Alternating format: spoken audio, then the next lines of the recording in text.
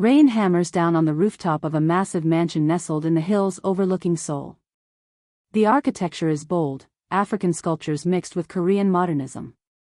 It's the home of a man who belongs nowhere and everywhere at once. Black SUVs pull up to the iron gates. Armed guards in dark suits check credentials. In the hills above Seoul, there's a mansion that shouldn't exist. A place where African power meets Korean money. Where a man built an empire on secrets and fear. His name was Kwame Abobo. And tonight, everything he thought he controlled was about to slip through his fingers. The room is all dark wood, leather, and power. Maps of trade routes line one wall. Weapons catalogs sit casually on glass tables. This is a war room disguised as a study. Kwame Abobo, 52, sits at the head of a mahogany table. His face is scarred, not from accidents, but from choices. He's wearing an expensive gray suit, but there's something dangerous about him. Something that money can't buy and violence can't erase.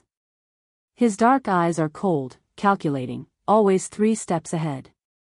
He lights a cigarette. Doesn't offer one to his guest. Jamal Okonkwo, 48, enters, flanked by 2 of his own men. Jamal is leaner than Kwame, more theatrical. He smiles, but his smile is a weapon. Kwame was meeting with a man named Jamal Okonkwo. They called themselves business partners. But the truth was simpler and darker than that. They were 2 hungry lions standing over the same piece of meat. And in their world, there was never enough to share. Jamal had come for weapons. Thousands of them. He had come to make a deal that would make him rich and powerful. But Kwame had made a decision long before Jamal arrived.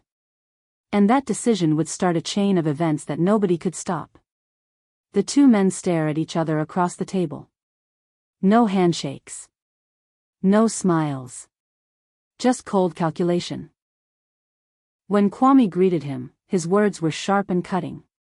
He acknowledged that Jamal was late, not angry. Just stating a fact. In his world, facts were warnings. Jamal responded, trying to explain about traffic in the city. But Kwame wasn't smiling back. The conversation moved to business. The shipment would arrive in 3 weeks. The port would be Busan. Kwame would handle Seoul. Jamal would handle the north. It sounded simple. It sounded clean. But nothing between these 2 men was ever simple or clean.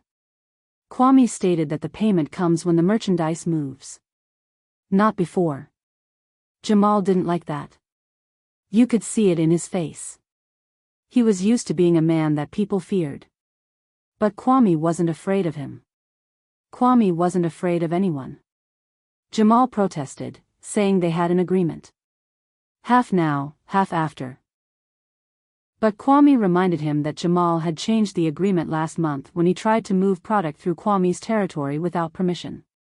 The room went cold. The kind of cold that comes right before violence. Jamal tried to claim it was a misunderstanding. But Kwame corrected him sharply. It wasn't a misunderstanding. It was disrespect. And he doesn't forgive disrespect. Kwame stands and walks to a cabinet. He pours 2 glasses of expensive whiskey. He hands one to Jamal. Kwame was showing Jamal something important in that moment. He was showing him that he wasn't afraid. That he controlled everything in this room. That Jamal needed him more than he needed Jamal. Jamal tried once more, claiming he came to make peace and make the deal work. But Kwame laid it bare. Jamal needed him. The northern cartels only deal with Kwame. If Jamal wanted access to Seoul's underground, he had to go through Kwame. If he wanted to move weapons into government, he needed Kwame's contacts. The truth was simple, Kwame controlled the leverage. Jamal drinks his whiskey. His jaw tightens. He stands up and signals his men toward the door. Jamal made a threat before leaving. He told Kwame that one day, he would trust the wrong person. And when he did, everything he built would come crashing down. Kwame smiled at that. A cold, dangerous smile. He told Jamal that the day wasn't today. And it wouldn't be because of him. The men leave without another word. The sound of car engines fades into the rain. Kwame stands alone in his study, holding his glass of whiskey. He walks to the window and looks out at the city lights bleeding through the rain. Kwame was thinking about his power. About how many men he had destroyed. How many enemies he had crushed. He had built an empire on knowing which men to trust and which ones to destroy. And he had never been wrong. Not once. Not in his entire life. He was so confident. So sure of himself. So certain that he controlled everything. But that night, he would make the biggest mistake of his life. And he wouldn't even know it was happening. By the time he understood what he had done, it would be too late to take it back. Amara Chinkwame, 38, sits at her vanity, brushing her hair. She's beautiful in a way that seems almost fragile, like something made of glass that's learned to smile anyway. She's wearing a silk robe. Her face is perfect, but her eyes tell a different story. They're tired. They're sad. They belong to a woman who married power and got emptiness instead. She hears Kwame's footsteps in the hallway. The door opens. Kwame enters, still holding his glass. While Kwame was standing in his study thinking about his power, his wife Amara was waiting upstairs.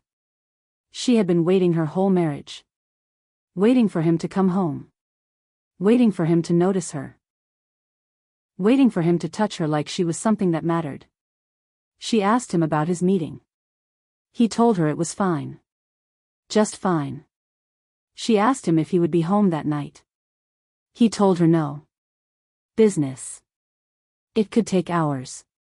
And then he left. Like she was a servant. Like she was furniture. Like she was invisible.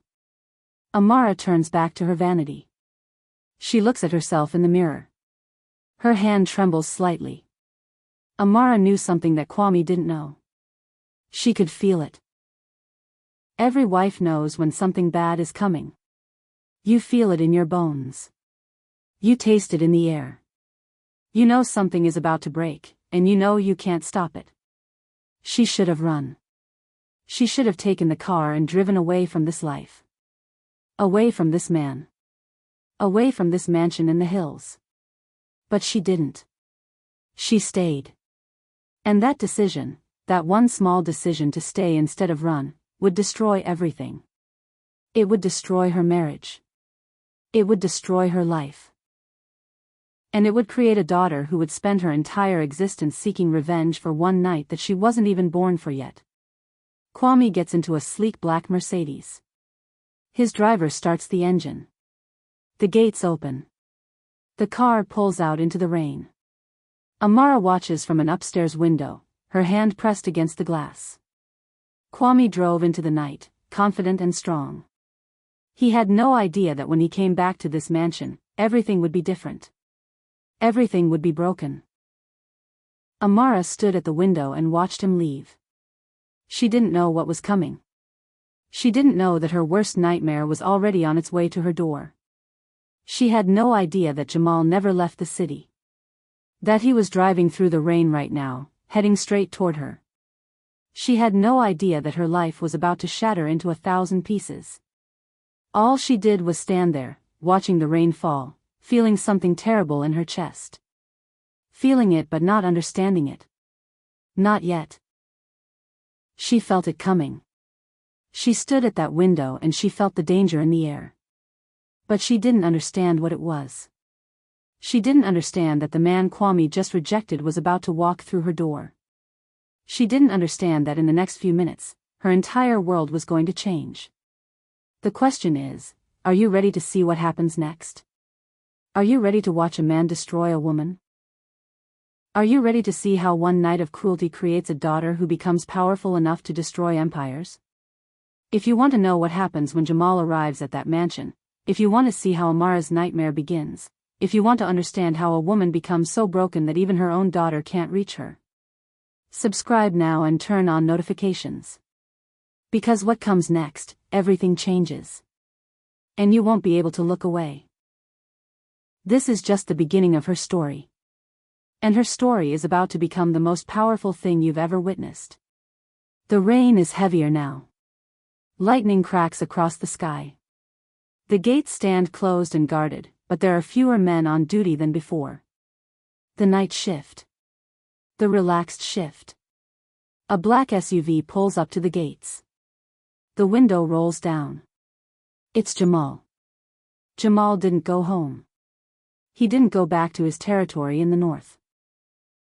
Instead, he drove through the rain, thinking about what Kwame had said to him. Thinking about being disrespected in his own face. Thinking about a man telling him he had no power. And then he made a decision. A decision that would change everything. The guards at the gate recognized Jamal. They know him.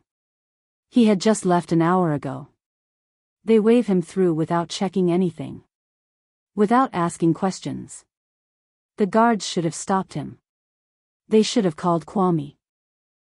They should have done their job. But they didn't.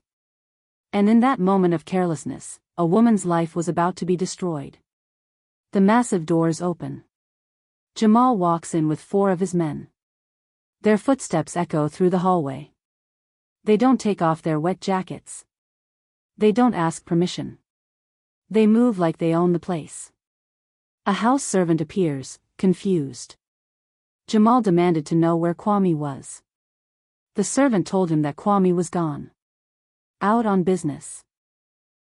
The servant didn't know when he would be back. Jamal smiled. That cold smile.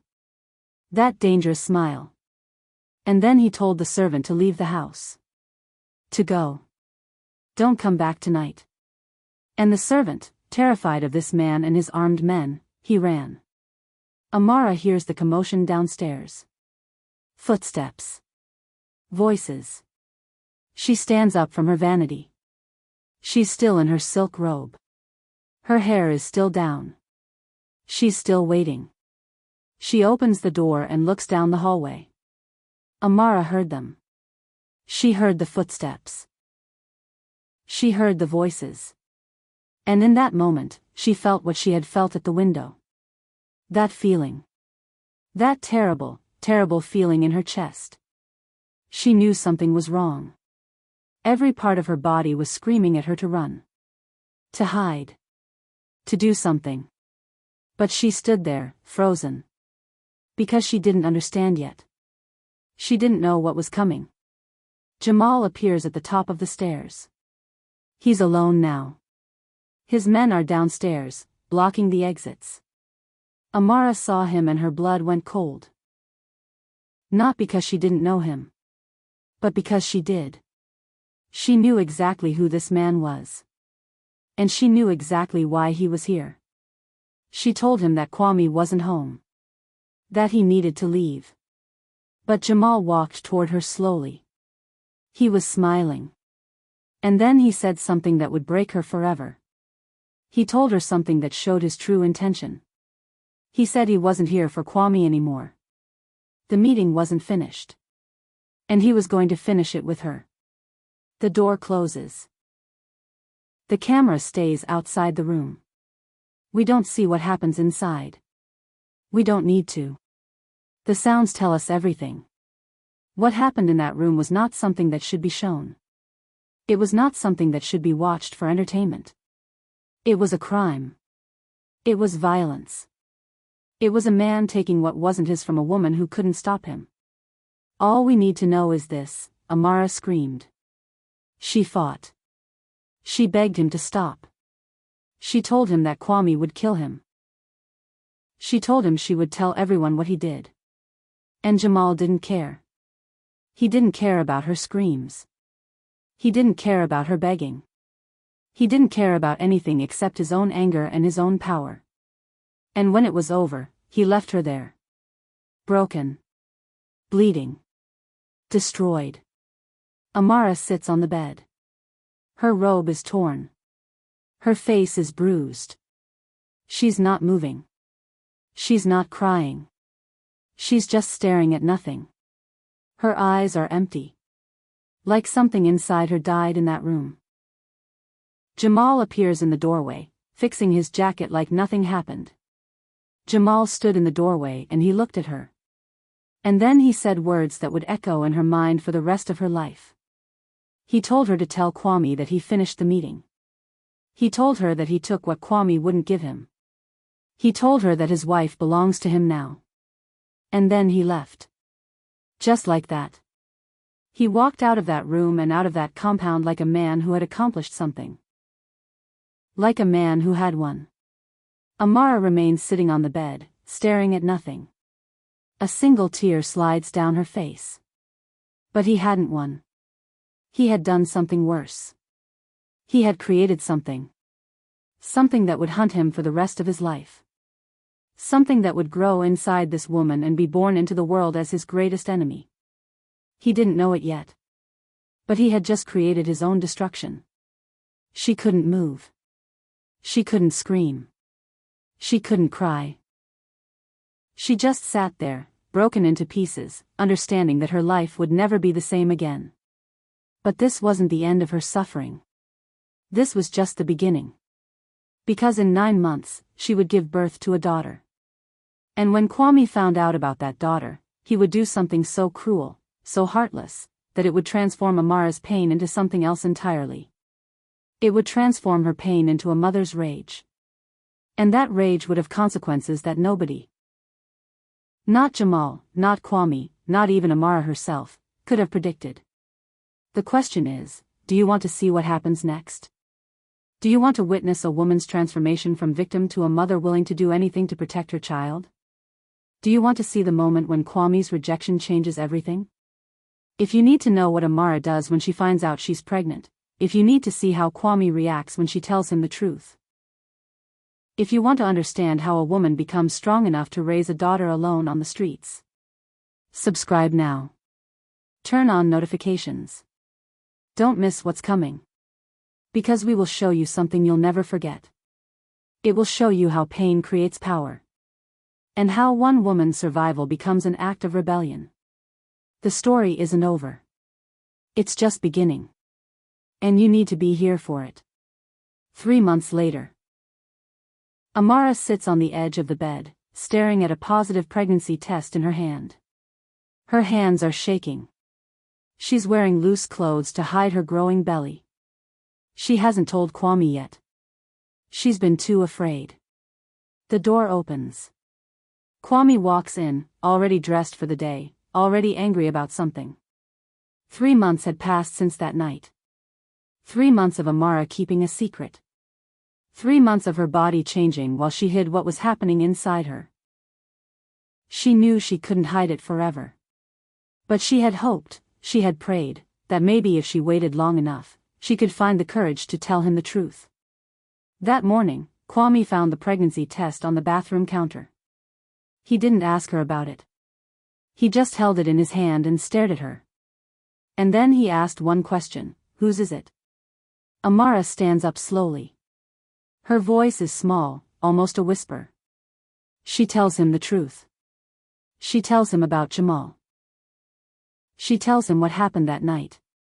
She tells him everything. And she begs him to listen. She begs him to understand that she didn't want this. That she had been violated. That the baby inside her was a product of violence, not love. But Kwame didn't hear any of that. He only heard one thing. Another man's child was growing inside his wife. His face goes dark. Not sad. Not hurt. Dark. Like a storm gathering before it destroys everything. Kwame's response is brutal. He tells her she's lying. He tells her she wanted Jamal. He tells her she let him do it. He calls her a whore. He tells her he will not raise another man's bastard. And then he pushes her. She falls against the wall. Kwame made a decision that day. He decided that Amara would get rid of the pregnancy. He didn't ask her. He told her. He commanded her. He treated it like a business decision that she had no say in. He called a doctor and told him to come to the house. A doctor who didn't ask questions. A doctor who would do what Kwame wanted, when Kwame wanted it. And when Amara refused, when she looked at him and said no, that she would not kill her child, that she would keep this baby no matter what, Kwame's cruelty became something else. It became a weapon. Kwame sits behind his desk, making phone calls. Amara stands in front of him, her hand on her belly protectively. Kwame told her she would never leave this house. He told her that if she tried to run, he would find her and bring her back. He told her that no one would believe her story. That no one would help her. That she was trapped. That she belonged to him. Then he grabbed her by the throat, not hard enough to leave marks, but hard enough for her to know he could kill her if he wanted to. Hard enough to show her that he had complete control over her life. And then he whispered something in her ear that broke her in a way nothing else could. He told her, "If you have this baby, I will make sure you both suffer every single day of your lives. I will take everything from you. I will destroy you both.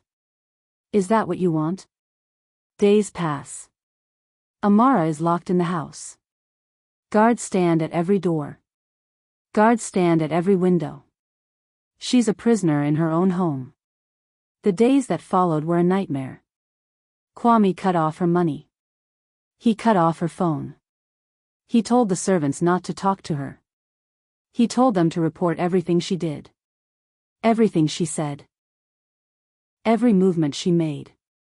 He would come into her room at night and tell her graphic descriptions of what would happen to her baby if she didn't end the pregnancy. He would tell her that the child would be born sick. That the child would suffer. That it would be better if she just got rid of it now. He made her life so unbearable that she couldn't eat. She couldn't sleep. She just lay in bed, holding her belly, wondering if he was right. Wondering if bringing a child into this world would be a mercy or a curse. Amara stands at the window, looking out at the city lights. She's wearing a dark coat. A small bag sits on the bed behind her. She's made a decision.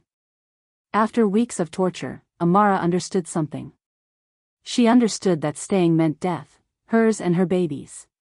She understood that Kwame would never let her go willingly. And she understood that she had only one choice: run. She didn't plan it carefully. She didn't have a destination. She didn't have money or connections or anywhere to go. All she had was the clothes on her back and a desperate need to protect her child.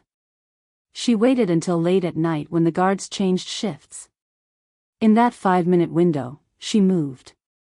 She took the back stairs. She avoided the main corridors.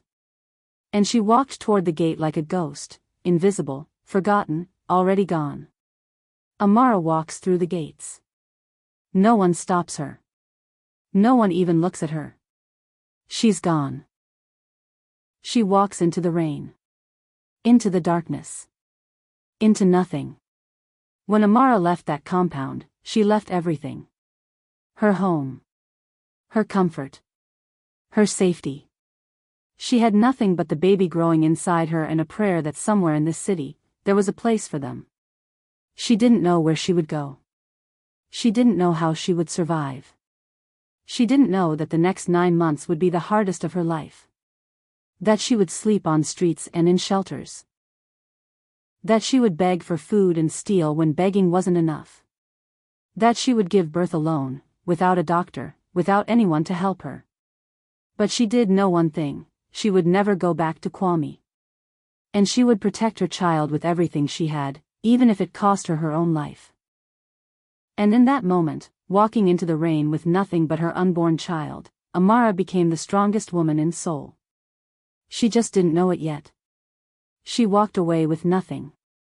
No money. No shelter. No one to help her.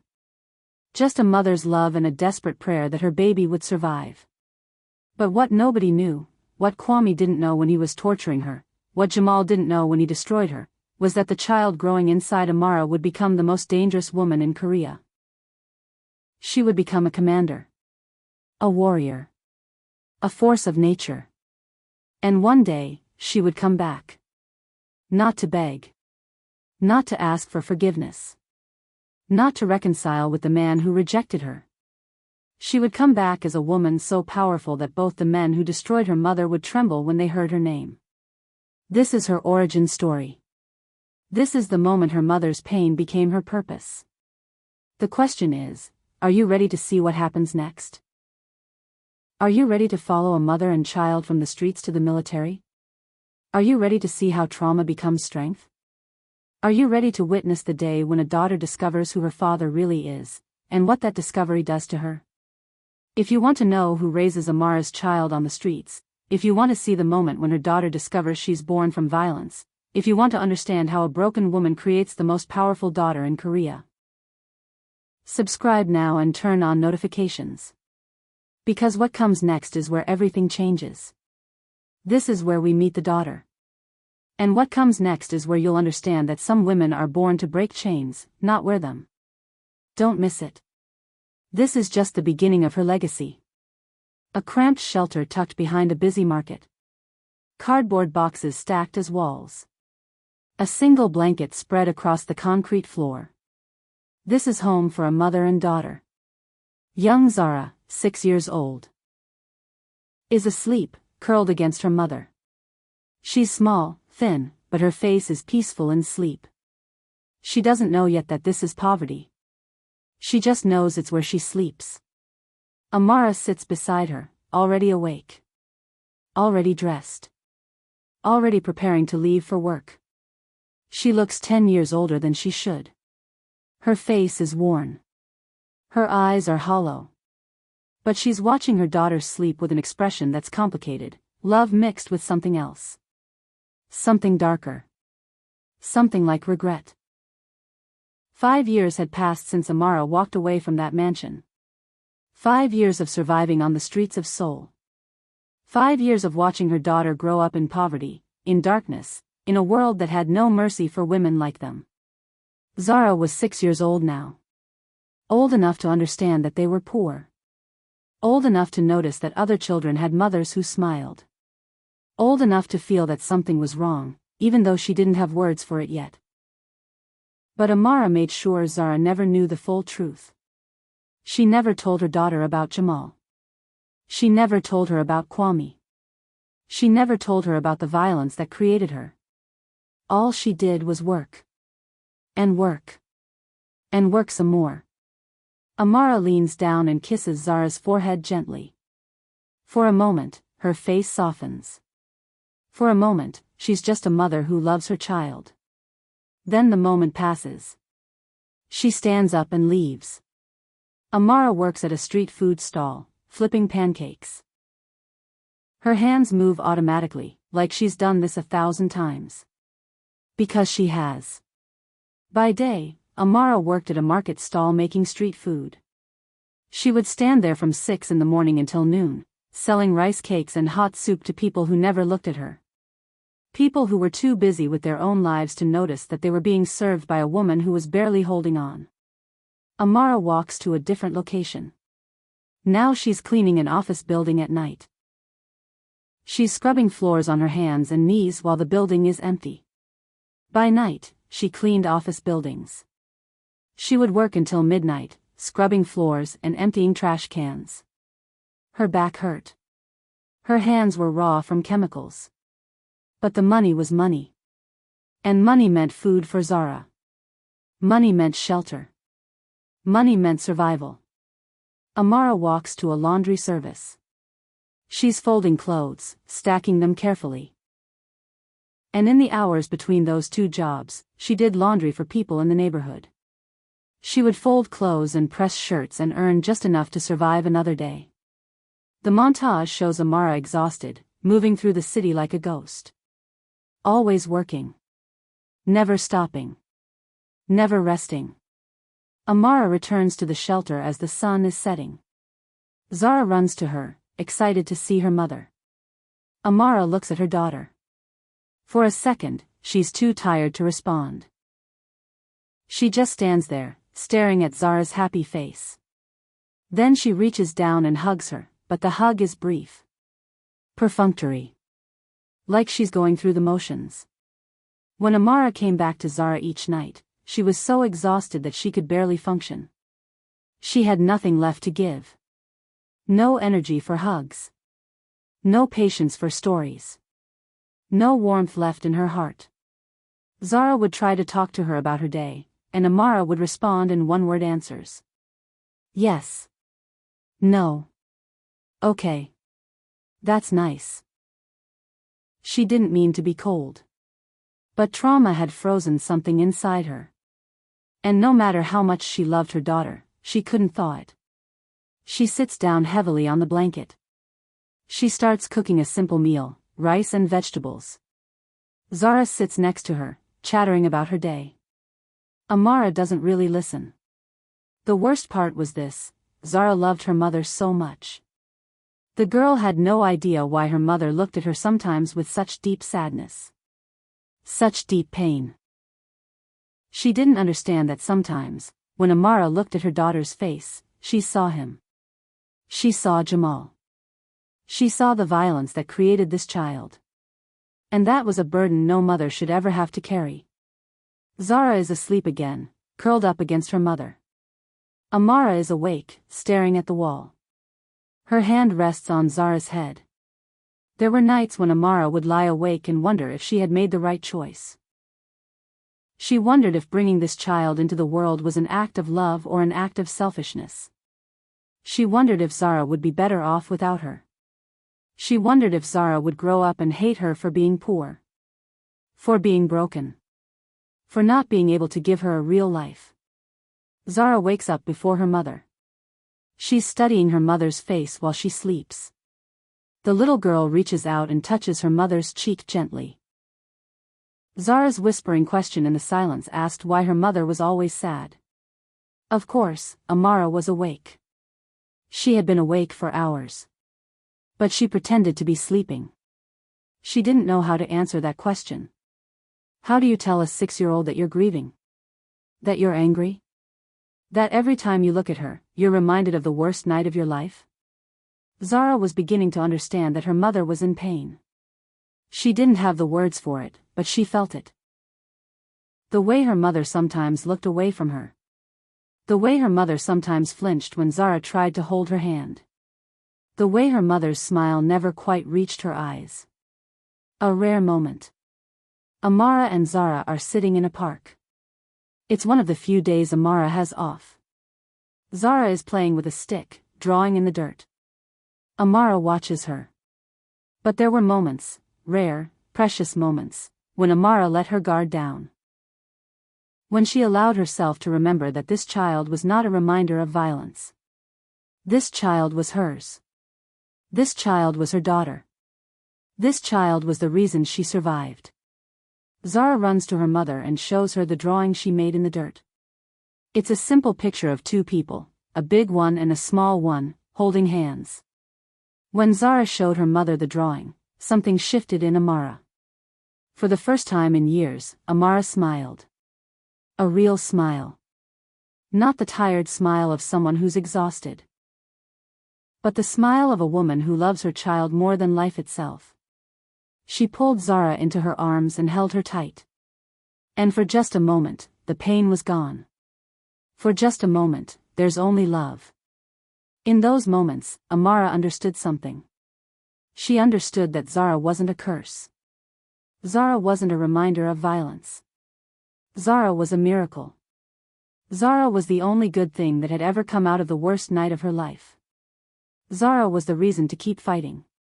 Zara was the reason to survive. But those moments never lasted long. Because Amara knew something that Zara didn't know yet. She knew that life was hard. She knew that this little girl would grow up to discover the truth about who she was. And Amara was terrified of that day. Terrified that when Zara knew the full story, she would look at her mother not with love, but with pity. With shame. With resentment. Amara lets go of Zara and pulls back. The moment of tenderness is over. The walls go back up. Amara tells her daughter that they need to get back. Zara looks up at her mother, confused. The smile on Amara's face is gone. The coldness is back. And that was the tragedy of Amara's life. She loved her daughter with every fiber of her being. But her trauma wouldn't let her show it. Her pain wouldn't let her hold on. So she gave Zara what she could: survival, protection, a reason to keep living. But she couldn't give her what every child needs most: a mother who was fully present. A mother who was whole. Zara grew up knowing that her mother loved her. But she grew up confused about why that love felt so much like pain. She grew up not understanding. She grew up feeling her mother's love mixed with her mother's anguish. She grew up knowing something was wrong, but not knowing what. She grew up as a child caught in her mother's trauma, without knowing why. And then one day, everything changed. One day, someone would tell her the truth about who she was. About where she came from. About the violence that created her. And that day would transform a confused little girl into a woman with a mission. A mission to destroy the men who destroyed her mother. The question is, are you ready to see what happens when Zara discovers the truth? Are you ready to watch a girl become a soldier? Are you ready to see how she transforms her mother's pain into power? Are you ready to witness the moment when she realizes that her entire life has been building toward one purpose: revenge? If you want to know who finds Zara and gives her a way out of the streets, if you want to see the moment when she discovers her father's name, if you want to understand how a broken girl becomes the most powerful commander in Korea, subscribe now and turn on notifications. Because what comes next is where Zara's story really begins. This is where she finds her strength. Where she becomes dangerous. This is not just a story about a mother and daughter. This is a story about how pain creates power. This is a story about how one woman's survival becomes the foundation for her daughter's revenge. And the best part hasn't even started yet. 10 years have passed. Zara is now 16 years old. She's no longer a confused child. She's a young woman who's learned to survive. Lean, alert, intelligent. She moves through the streets like someone who knows every corner, every shortcut, every danger. She's helping her mother carry laundry to a client's house. They're walking through a poor neighborhood when suddenly there's chaos. A gang is fighting with police. The streets erupt in violence. Zara was 16 years old when her life changed. She didn't know it would change that night. She thought it was just another night of helping her mother with deliveries. Just another night of survival. But the universe had other plans. When the chaos started, Amara ran. She was always running. But Zara didn't run. Zara did something different. Zara stayed calm. Zara stands still in the middle of the chaos. Around her, people are screaming. Police are moving. Gang members are fighting. But Zara is watching. Analyzing. Understanding the patterns of the violence. A young police officer is cornered by 3 gang members. He's going to get hurt. Everyone can see it coming. Zara saw a police officer about to get killed. She could have run. She could have hidden. She could have let it happen. That's what most people would have done. But Zara was not most people. Without hesitation, Zara moves. She uses the terrain to her advantage. She uses the crowd as cover. She moves like someone who's been trained, even though she's never had a day of training in her life. She uses pure instinct. Pure intelligence. Pure survival instinct. She disrupts the fight just enough for the officer to escape. She does it with efficiency. With precision. With something that looks like natural talent. Zara sits at a table. She's not under arrest, but she's not free either. A Colonel Marcus Adebayo, 55, sits across from her. He's Afro-Korean, distinguished, with the bearing of a military man. His eyes are sharp. He's studying Zara like she's a puzzle he's trying to solve. Colonel Marcus Adebayo was not there by accident. He was there because he was always looking. Always watching. Always searching for young people with something special. Something most people don't have. And when he watched Zara move in that street fight, he saw it. He saw the raw talent. The natural instinct. The intelligence that comes from surviving in a world that wants you dead. Marcus asked her what her name was. She hesitated before responding, careful about giving information. Marcus recognized this. She was protecting herself. She was protecting her mother. He asked her how she knew to fight like that. She told him she had never been trained.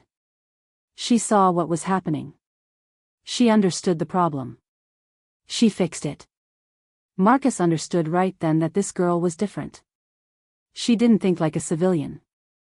She didn't think like a scared teenager. She thought like a soldier. She thought in terms of problems and solutions. Threats and strategies. Life and survival. Marcus leans back in his chair. He studies her for a long moment. Then he makes a decision. Marcus told her that he could give her what she wanted. But it wasn't going to be easy. It was going to be the hardest thing she'd ever done. And she would have to be willing to sacrifice everything. He asked what he wanted from her. And he told her, he wanted her to come to the military academy. He wanted to train her. He wanted to teach her how to be a soldier. And if she was as talented as he thought she was going to be extraordinary. Zara tells her mother about the offer. Amara sits in silence, processing. When Zara told her mother about Marcus's offer, Amara felt something she hadn't felt in 10 years. Hope. And terror. Those two emotions came together and created something almost unbearable. Amara expressed her concern. She asked if Zara wanted to leave her. She wondered who would help her now. Who would work with her? How she would survive on her own. Amara was being selfish, and she knew it. But she was also being human. She was a woman who had sacrificed everything for her daughter. And now her daughter was asking to leave her behind. But Amara also knew something else. She knew that if Zara stayed, she would become like her mother. She would spend her life trapped in poverty. She would spend her life struggling. She would spend her life broken. And Amara couldn't do that to her daughter. Not after everything. Amara looks at her daughter. And for the first time in 10 years, she lets her guard down completely.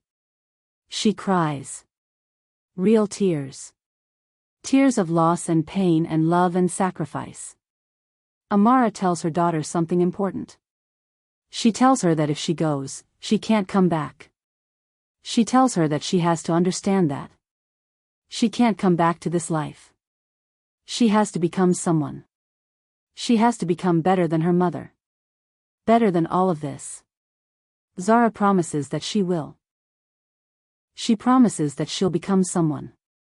Amara pulls her daughter into her arms and holds her tight. This is not the cold embrace of a traumatized woman. This is the embrace of a mother who is letting go of her greatest treasure because she loves her that much. In that moment, Amara's love for her daughter was so powerful that it broke through all the trauma. It broke through all the pain. It broke through all the years of distance and coldness. And for the first time, Zara felt her mother's love completely. Fully. Without reservation. Weeks later. Zara is now in full military training. She's wearing the academy uniform. She's surrounded by other recruits, but she stands apart. She moves differently. She thinks differently. The military academy was a world that Zara had never known existed. It was structured. It was disciplined. It was a place where intelligence and hard work actually mattered. It was a place where a girl from the streets could become something more than her poverty. The instructors put the recruits through intense physical training. Running. Combat. Weapons. Strategy. Zara excels at everything. Not because she's the strongest. But because she's the smartest. She understands things before they're explained to her. She anticipates problems before they happen. Zara didn't just pass the academy. Zara dominated the academy. She broke records. She set new standards. She became the kind of recruit that instructors use as examples. The kind of recruit that other recruits aspire to be. A tactical exercise. Zara is leading a team through an impossible scenario. The objective is unclear. The odds are against them. But Zara sees something that no one else sees. She understands the mission in a way that the instructors didn't even intend. She completes the exercise perfectly. Her instructors are stunned. And Colonel Marcus watched her. Every single day, he watched her. He watched her learn. He watched her grow. He watched her transform from a girl who survived on the streets into a woman who was born to lead. Zara is meeting with Marcus at the end of her first year at the academy. She's thriving. She's confident. She's becoming someone. Marcus told her that she was the best recruit he had seen in 20 years. He asked if she knew that. Zara told him she knew she could do this. Marcus pressed her. He asked her why. How did she know? She'd never had any training. She explained that her whole life had been training. Surviving on the streets teaches you things that no academy can teach. It teaches you to think fast. To see things others don't see. To understand that the only way to win is to be smarter than everyone else. Marcus asked where she was going to go from here. And Zara responded with something that revealed her true purpose. Zara told him that she was going everywhere. That she would rise as high as she could. That she would become so powerful that no one could ever tell her what to do again. That no one could ever hurt her. That no one could ever hurt the people she loved. Marcus heard something in that statement that made him pause. He heard determination. But he also heard something else. He heard hunger. He heard a need for power that went beyond just wanting a good life. He heard the voice of someone who had been hurt, and who was never going to let that happen again. But he didn't understand then why Zara wanted power so badly. He didn't know about Jamal. He didn't know about Kwame. He didn't know that Zara was training for a purpose that had nothing to do with protecting the nation. She was training for revenge. She was no longer the confused little girl. She was no longer the girl who helped her mother carry laundry through the streets. She had become something that no one expected. She had become a force. She had become a weapon. She had become a woman with a purpose. And that purpose was burning inside her like a fire that nothing could extinguish. But she didn't know it yet. She didn't understand why she wanted power so badly. She didn't understand that somewhere inside her, a clock was ticking. Somewhere inside her, a mission was waiting. Somewhere inside her, two men were about to discover that they had created something they could never destroy. The question is, do you want to see what happens when Zara discovers the truth? Do you want to watch a soldier become a commander? Do you want to see the moment when she finds out who her real father is? Do you want to witness the day when she realizes that her entire life, her mother's suffering, her own poverty, everything, has been leading to one moment, the moment when she destroys the men who destroyed her mother? If you need to know what happens next, if you need to see when someone tells Zara the truth about her origins, if you want to understand how a broken family creates the most dangerous commander in Korea, subscribe now and turn on notifications. Because what comes next is where everything changes. This is where Zara stops being a soldier and becomes a weapon. This is where the real story begins. The military trained her body. But the truth about her father is going to set her soul on fire. And when that happens, there's no stopping her. Don't miss it. This is where her rise becomes her legend. 5 years have passed. Zara is now 21 years old. She's wearing the uniform of a promising young officer. She's in a briefing room with other military personnel. Her reputation has grown. Other officers know her name. Other officers respect her. But not everyone respects her. Detective Suki Park, 24, stands across the room. She's also military, also ambitious, also rising through the ranks. But she's not rising as fast as Zara. And that's eating her alive. The briefing ends. Officers start to leave. Suki approaches Zara with a smile that's not a smile. Suki Park had been watching Zara for years. She had seen her rise from nobody to somebody. She had seen her break records, set standards, become the kind of officer that everyone whispered about. And Suki hated it. Suki came from a good family. She had connections. She had privilege. And she still couldn't keep up with Zara. That injustice, that unfairness, was like poison in her blood. Suki expresses her curiosity about Zara. She mentions how strange it is that Zara never talks about her family. It's an observation that's carefully crafted to wound. Zara tells her to stop. She tells Suki that her personal life is not her business. But Suki continues. She says she did some research. She found some interesting things. About Zara's mother. She calls her, quite a story. Zara warns her. She tells her not to talk about her mother. But Suki doesn't stop. She speaks louder. She makes sure others can hear. She tells Zara what she found out. She calls Zara's mother a loose woman. She questions Zara's legitimacy. She says that Zara was born from infidelity. That Zara shouldn't even be here. Suki said it loud enough for others to hear. She said it deliberately. She said it to hurt. And it worked. The room goes quiet. Other officers turn to look.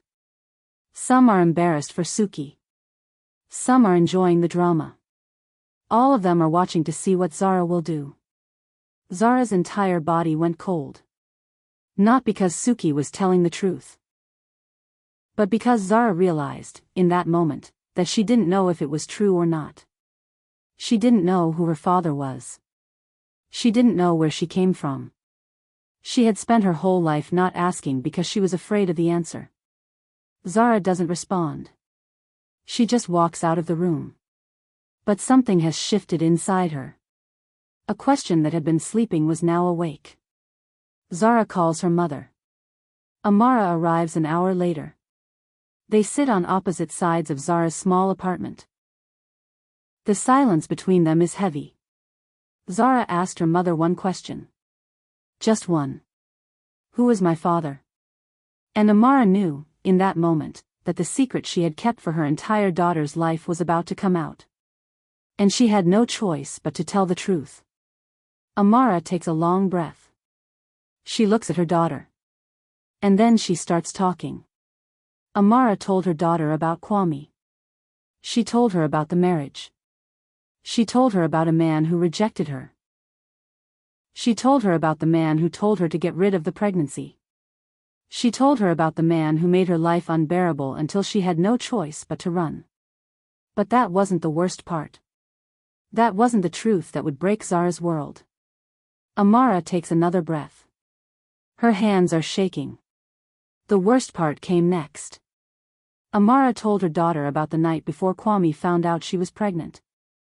She told her about a man named Jamal Okonkwo. She told her about violence. She told her about violation. She told her about something so terrible that she had never had the courage to say it out loud. She told her daughter that Zara was born from rape. Zara doesn't move. She doesn't cry. She doesn't make a sound. She just sits there, processing. The truth is sinking into her like a stone into water. Amara continues. She tells her daughter that the man who raised her, the man whose name she shares, he's not her biological father. Her real father is a man named Jamal Okonkwo. He's a criminal. He's dangerous. And he did something to her that she's never been able to talk about. Zara looks at her mother. And for the first time in her life, she sees her mother clearly. She sees all the pain. All the trauma. All the years of carrying something alone. All the coldness that came from being broken inside. Zara understood, in that moment, why her mother sometimes looked at her with anguish. She understood why her mother sometimes flinched when she tried to hold her. She understood everything. And it broke her heart. She tells her mother that she's sorry. That she's so sorry. Amara breaks down. Zara moves to her and holds her. And for the first time since they were in the park when Zara was 6 years old, there's real connection between them. There's real understanding.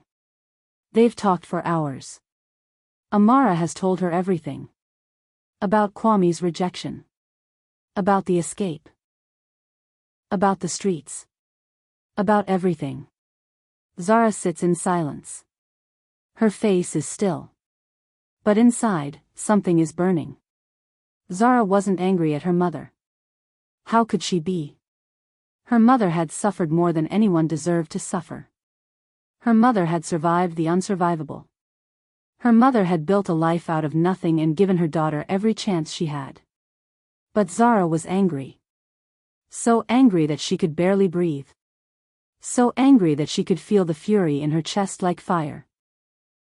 And that anger wasn't directed at her mother. It was directed at two men.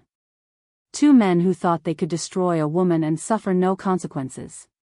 Two men who thought power meant they could do whatever they wanted. Two men who had no idea that the child they rejected was about to become the most dangerous woman in Korea. Zara stands up and walks to the window. She looks out at the city lights. She's a young officer in the military. She has access to resources. She has training. She has intelligence. She has opportunity. Zara understood something in that moment. She understood that her entire life had been preparing her for this. Her poverty had taught her hunger. Her mother's pain had taught her empathy. The military had taught her strategy. And now she had one purpose. One purpose, to destroy the men who destroyed her mother. She didn't know yet how long it would take. She didn't know yet how far she would have to go. She didn't know yet that she would have to become more powerful than she ever imagined. But she knew that she would do it. She knew that she would rise. She knew that she would hunt these men down and make them pay for what they had done.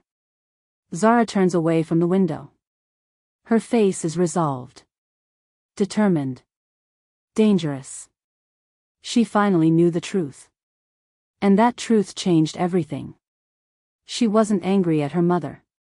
She was consumed by rage at the men who had created her through violence. She was burning with a need for justice that went beyond the law. She was a weapon waiting to be unleashed. And from that night forward, her entire military career became a means to an end. Every rank she gained was a step closer to power. Every connection she made was another tool in her arsenal. Every skill she learned was preparation for her real mission. She had names now. Jamal Okonkwo. And a man named Kwame, a man whose name she shared, a man she had never known existed. She had their names. She had her rage. She had the military at her disposal. And she had nothing to lose. The question is, are you ready to see what happens next? Are you ready to watch her climb higher than anyone thought possible? Are you ready to see her use her power not for her country, but for her mother? Are you ready to witness the moment when she comes face to face with the men who destroyed her family? If you want to see how she will hunt them. If you want to see how she will make them suffer. If you want to understand what happens when a woman transforms her trauma into an unstoppable force. Subscribe now and turn on notifications. Because what comes next is where Zara stops being a soldier and becomes a destroyer. This is where her rise accelerates into something unstoppable. Where the men who rejected her finally understand what they've created. They thought they could hurt her and walk away. They were wrong. And the price they're about to pay will be everything. Zara sits at her desk. Multiple computer screens glow in the darkness. She's typing. Searching. Digging. She has military access. She has resources that most people don't have. And she's using all of it to find the truth about her past. After her mother told her the truth, Zara couldn't sleep. She couldn't focus on her military duties. All she could think about was one thing, finding them. She started with what her mother told her. 2 names. Kwame Ibobo. Jamal Okonkwo. 2 men who thought they had destroyed a woman and moved on with their lives. 2 men who had no idea that they were about to be hunted. Files appear on the screen. Criminal records. Business connections. Network diagrams. Zara is building a picture of these two men's lives. Kwame Abobo was easier to find. He was famous in certain circles. A mafia boss. A man with power. A man with connections that went all the way to the government. Zara read through everything. His arrests. His connections. His operations. His failures. She studied him like he was her enemy. Because he was. But more than that, Zara realized something that made her blood run cold. She realized that she shared his name. Not by coincidence. But because her mother had given her his name as a reminder. As a promise. As a prophecy that someday, his daughter would come back to him. Zara finds a photograph of Kwame. She looks at it for a long time. She's looking for herself in his face. Looking for the DNA that connects them. Looking for evidence that this is her father. She saw him in herself. The eyes. The structure of her face. The way she stood. The way she moved. She was his daughter. But more importantly, she was not his daughter. She was the daughter of the woman he rejected. She was the child of the night he destroyed. She was everything he tried to destroy, and she had survived. Zara is using her military access to dig deeper. She's pulling files that most people shouldn't be able to access. She's finding connections between Kwame and government officials. Between Kwame and criminal organizations. Between Kwame and everything that makes him powerful. Zara learned that Kwame was involved in weapons trafficking. That he had connections to organized crime networks throughout Korea. That he had made enemies but also made alliances that kept him protected from prosecution. That he was, in essence, untouchable through normal means. But Zara was beginning to understand something. She was beginning to understand that normal means weren't going to work. She was going to have to become someone extraordinary to bring him down. Now Zara is searching for Jamal Okonkwo. This search is harder. Jamal is more careful. More hidden. He operates in shadows. Jamal Okonkwo was harder to find. He didn't have Kwame's fame. He didn't have Kwame's visibility. But he had something else. He had fear. Wherever his name appeared in records, there was fear. There were crimes that went unsolved. There were victims who never came forward. There was a pattern of violence and silence. Files come up on the screen. Police reports. Witness statements. Connections to criminal organizations. But nothing that sticks. Nothing that leads to prosecution. Zara found rape allegations. She found assault allegations. She found women's names that appeared in reports, but who never testified. She found a pattern. She found a monster who had learned how to hide in plain sight. And she found confirmation of what her mother had told her. The night Kwame was away. The night Jamal showed up at the compound. The night he took something that wasn't his. The night he created her. Zara sits back from her computer. She's trembling with rage. She's trembling with understanding. She's trembling with purpose. Zara meets with Colonel Marcus. She looks different now. Harder. More focused. More dangerous. Zara didn't tell Marcus the truth about her investigation. But she asked him one important question. She asked what was the highest rank an officer can achieve. Marcus told her that it depends. It depends on how high she's willing to climb. How ambitious she is. How much she's willing to sacrifice. Zara told him she's willing to sacrifice everything. Marcus understood, in that moment, that something had changed in Zara. She had always been ambitious. But now her ambition had become something else. It had become singular. Focused. Dangerous. Marcus warned her. He told her that power at that level comes with a price. It requires her to compromise who she is. It requires her to make decisions that will haunt her. Zara told him she understands. Zara sits in darkness. She's made her decision. She pulls out a notebook and she writes. Zara made a plan. Not just a vague plan, but a detailed, strategic, years-long plan. She wrote down everything. Every rank she needed to achieve. Every skill she needed to master. Every connection she needed to make. Every step that would take her to the top of the military hierarchy. And at the end of that plan, there was one word. Revenge. Zara writes down names. Kwame Ibobo. Jamal Okonkwo. She writes down what they had done. She writes down what they deserved.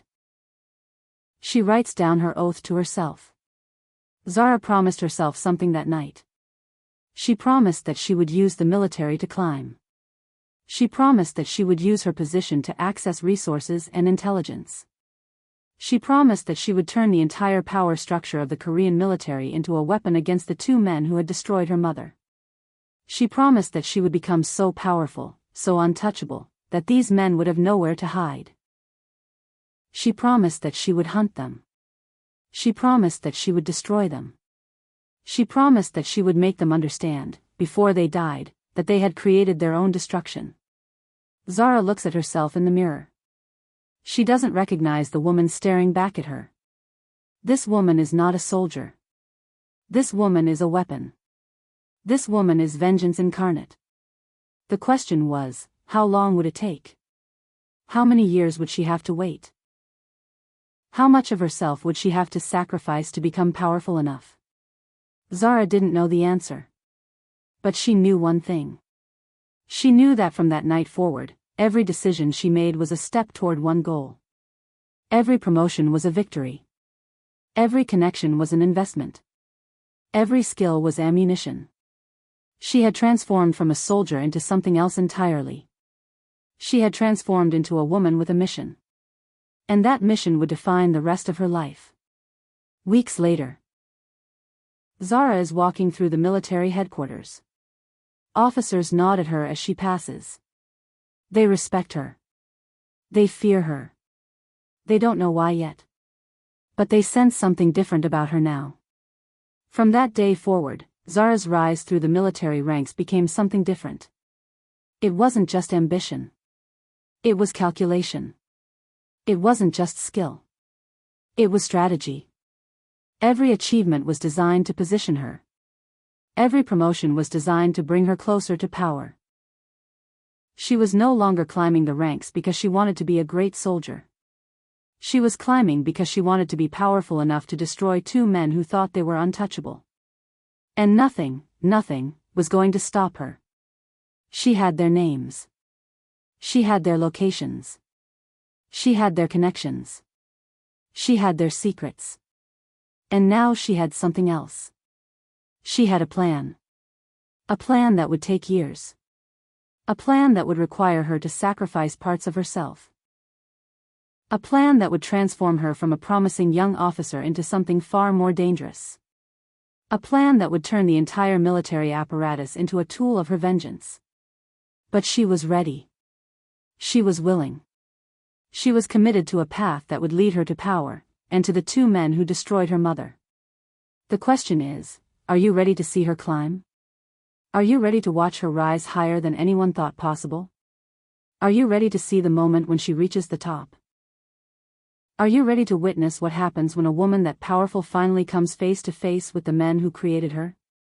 If you want to see how she manipulates the military system, if you want to understand what she's willing to do to achieve her goals, if you want to watch her transform years of planning into unstoppable action, subscribe now and turn on notifications.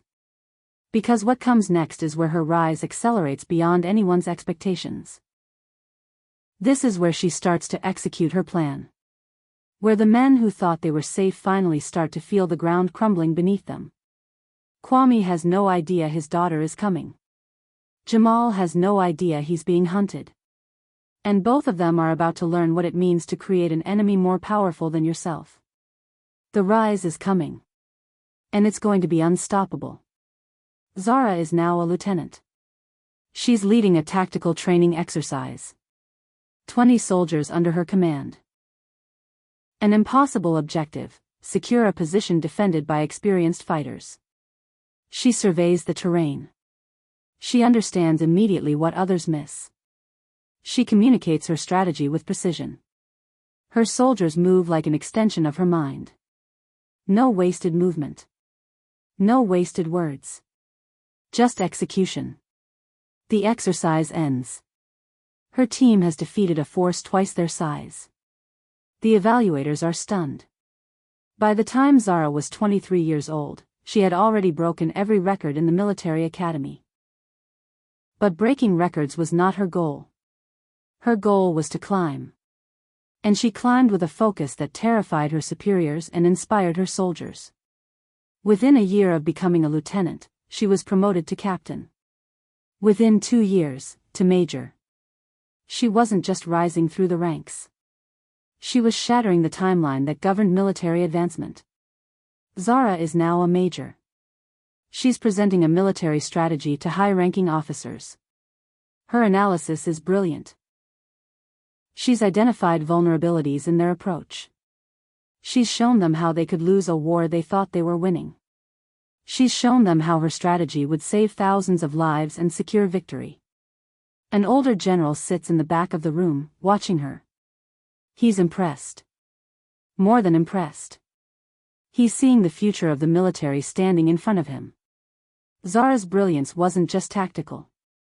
It was strategic. She understood not just how to win battles, but why wars were fought in the first place. She understood politics. She understood economics. She understood power. She understood that military strength was only useful if it was connected to political influence and resource control. So she built those connections while she climbed. Zara is now a colonel. She's leading soldiers in actual combat. Bullets are flying. Explosions are happening. Most people freeze in combat. Zara becomes more focused. More precise. More deadly. She makes tactical decisions in real time that save lives and win the engagement. She moves through the chaos like she was born for this. Her soldiers follow her into hell because they know she will lead them back out. Zara earned her combat medals not through luck or heroism, but through cold calculation and fearless execution. She understood that soldiers would follow a leader who made smart decisions. A leader who put their safety above everything else. A leader who won. Zara won. Every time. Without failure. Zara is teaching a class of young officers. She's commanding, intelligent, inspiring. She's become the kind of leader that officers aspire to be. Young soldiers want to serve under her. Other officers want to study with her. The lecture ends. Students linger to talk to her. They want her advice. They want to be near her. She has become legendary. By the time Zara was 27 years old, she had become a name that meant something in military circles. Not just in Korea, but internationally. She was invited to speak at military conferences. Foreign generals wanted to study her strategies. She was becoming more than a soldier. She was becoming a symbol of a new kind of military leadership. A leadership based on intelligence, strategy, and fearlessness. Zara is meeting with the Minister of National Defense. The minister is impressed. More than impressed. The minister is offering her something. Zara listens carefully. She nods. She accepts. The Minister of National Defense recognized what everyone else recognized. Zara was not just a brilliant military officer. Zara was a once-in-a-generation talent. The kind of talent that comes around rarely. The kind that changes the trajectory of nations. So the minister gave her something unprecedented.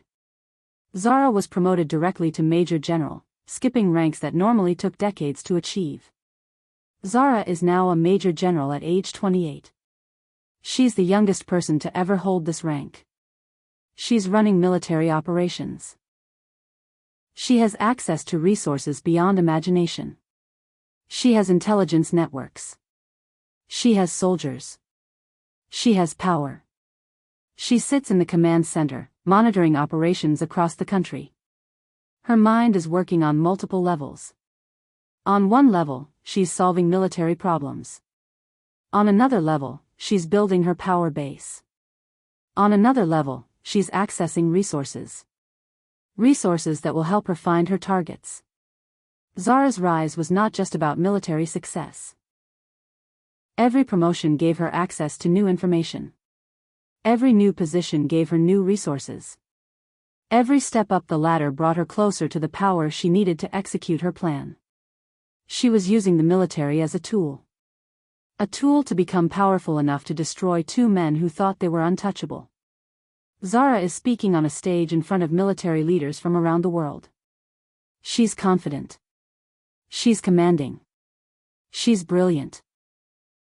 She presents a revolutionary approach to military strategy that changes how people think about warfare. Standing ovation. International recognition. She's not just a Korean military officer anymore. She's a global military figure. By age 29, Zara had become commander of the Korean army. The youngest person in the history of the Korean military to achieve this rank. She was feared by enemies. She was respected by allies. She was legendary among her soldiers. Everyone wanted to know who she was. Where she came from. What made her so different? Zara sits in the commander's office. It's massive. It's powerful. It represents everything she has achieved. She looks at herself in the glass of a framed commendation. She sees herself clearly now. She sees a woman who has become a weapon. A woman who has become deadly. A woman who is finally ready. Colonel Marcus enters. He's older now. He's proud of her. He's been her mentor throughout her rise. But he has no idea why she's really climbed so high. Marcus told her she did it. She's the youngest commander in history. He asked how it felt. Zara told him it feels like the beginning. Marcus asked the beginning of what? And Zara simply responded that it was the beginning of everything. Marcus didn't understand what Zara meant.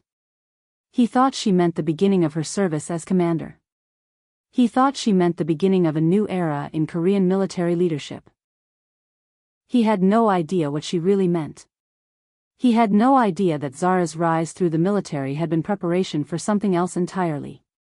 That every rank, every promotion, every achievement had been a stepping stone toward one goal, the destruction of the men who had destroyed her mother. Zara is alone. She pulls out the notebook where she wrote her plan years ago. She looks at the names. Kwame Ibobo. Jamal Okonkwo. They're not just names anymore. They're targets. And now she has the power to hunt them. She looks at herself in the mirror. At age 30, she is the most powerful military officer in Korea. She has soldiers who will do what she commands. She has access to intelligence networks. She has the resources of an entire military apparatus at her disposal. Zara's climb was complete.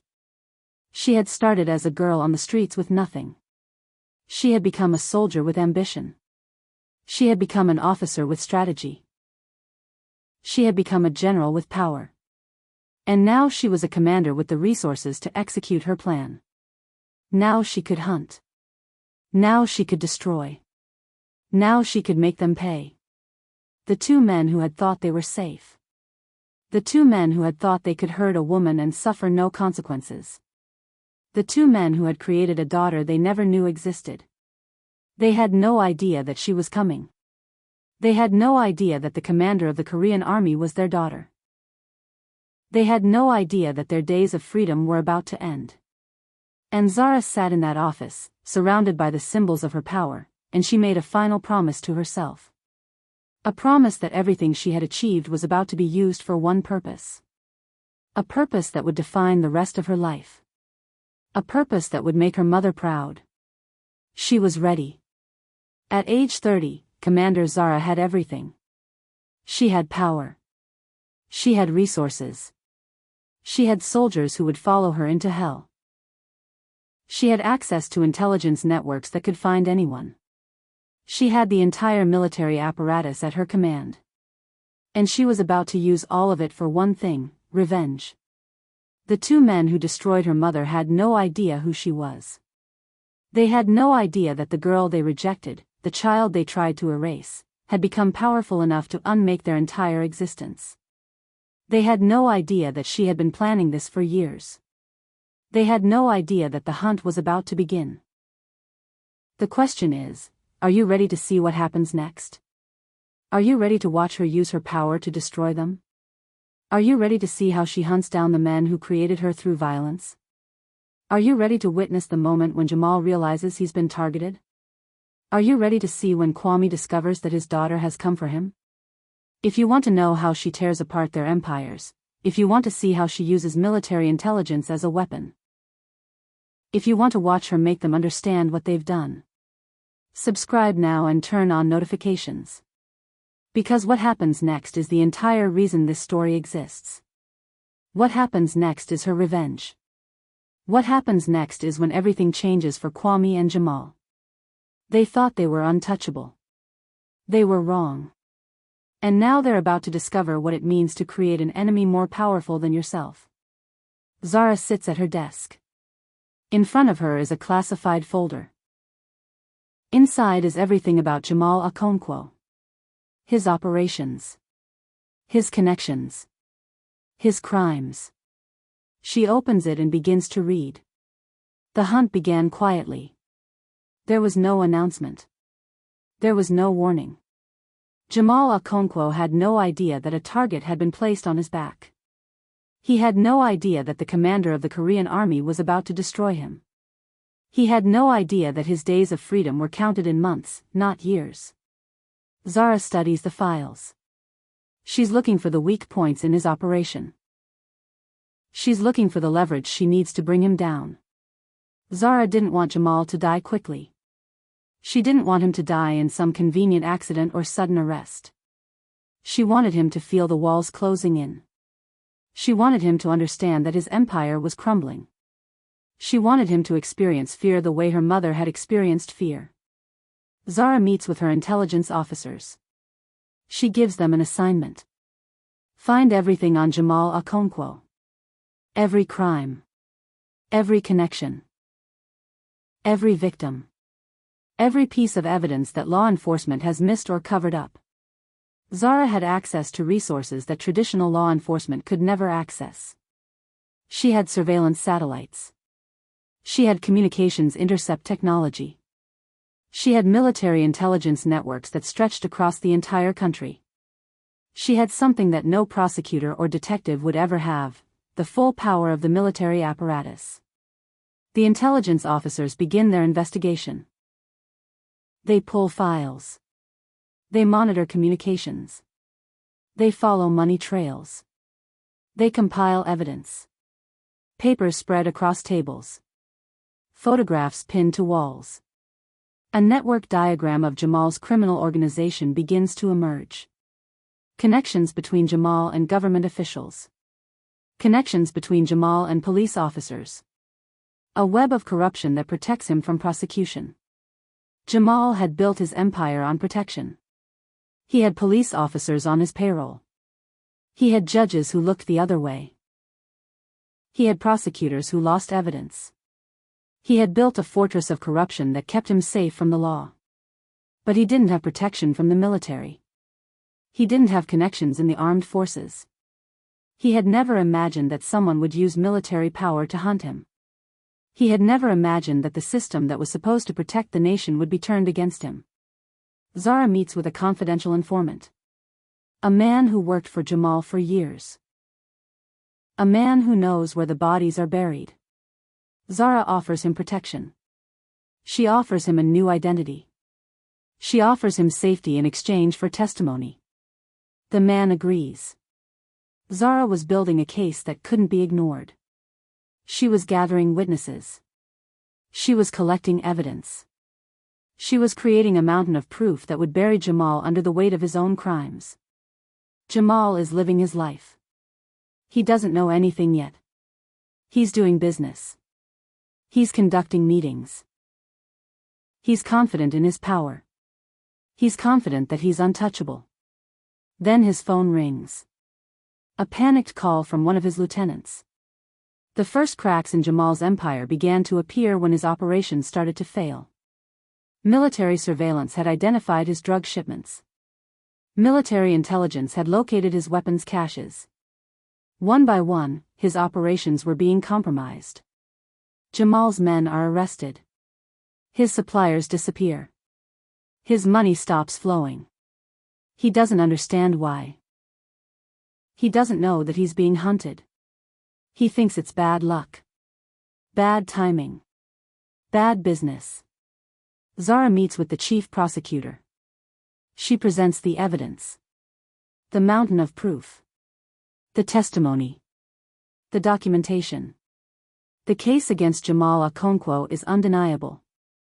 The prosecutor looks at the evidence. He's stunned. He's never seen a case this comprehensive. This airtight. Zara informs the prosecutor that she wants him to prosecute Jamal. She wants him to use everything in this file. She wants him to make sure he never walks free again. The prosecutor asks where all this came from. Zara responds that what's important is making sure he pays for his crimes. The prosecutor didn't ask too many questions. He had been given a gift. A prosecution case that was so strong, so comprehensive, that conviction was inevitable. All he had to do was present it to the court. Early morning raid. 50 officers breached Jamal's compound. They have a warrant. They have evidence. They have authority. Jamal is dragged from his bed. He's screaming. He's demanding to know what's happening. He's calling his lawyers. He's calling his contacts. None of it matters. Jamal tried to use his protection. He tried to call the police officers on his payroll. But those officers were conspicuously absent. He tried to call the judges who owed him favors. But those judges were suddenly unresponsive. He tried to use the connections that had kept him safe for decades. But every door was closing. Every protection was gone. Jamal is arrested and taken to jail. The trial is a spectacle. The evidence is overwhelming. Witness after witness testifies about Jamal's crimes. Not just drug trafficking. Not just weapons smuggling. But rape. Assault. Violence against women. Everything. Jamal sits in the courtroom, watching his empire collapse. Watching the evidence pile up against him. Watching his conviction become inevitable. The prosecutor presented the case with precision. The evidence was damning. The witnesses were credible. The defense had nothing. No explanation. No excuse. No way out.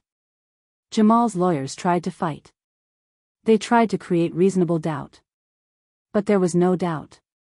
There was only certainty. The judge reads the verdict. Guilty on all charges. Multiple life sentences. No possibility of parole. Jamal's face goes white. He stands up. He looks around the courtroom, searching for something. Someone. Some explanation for how his life has come to this. Jamal spent 3 years in prison trying to figure out who had done this to him. He spent 3 years in a cell, knowing that his empire was gone.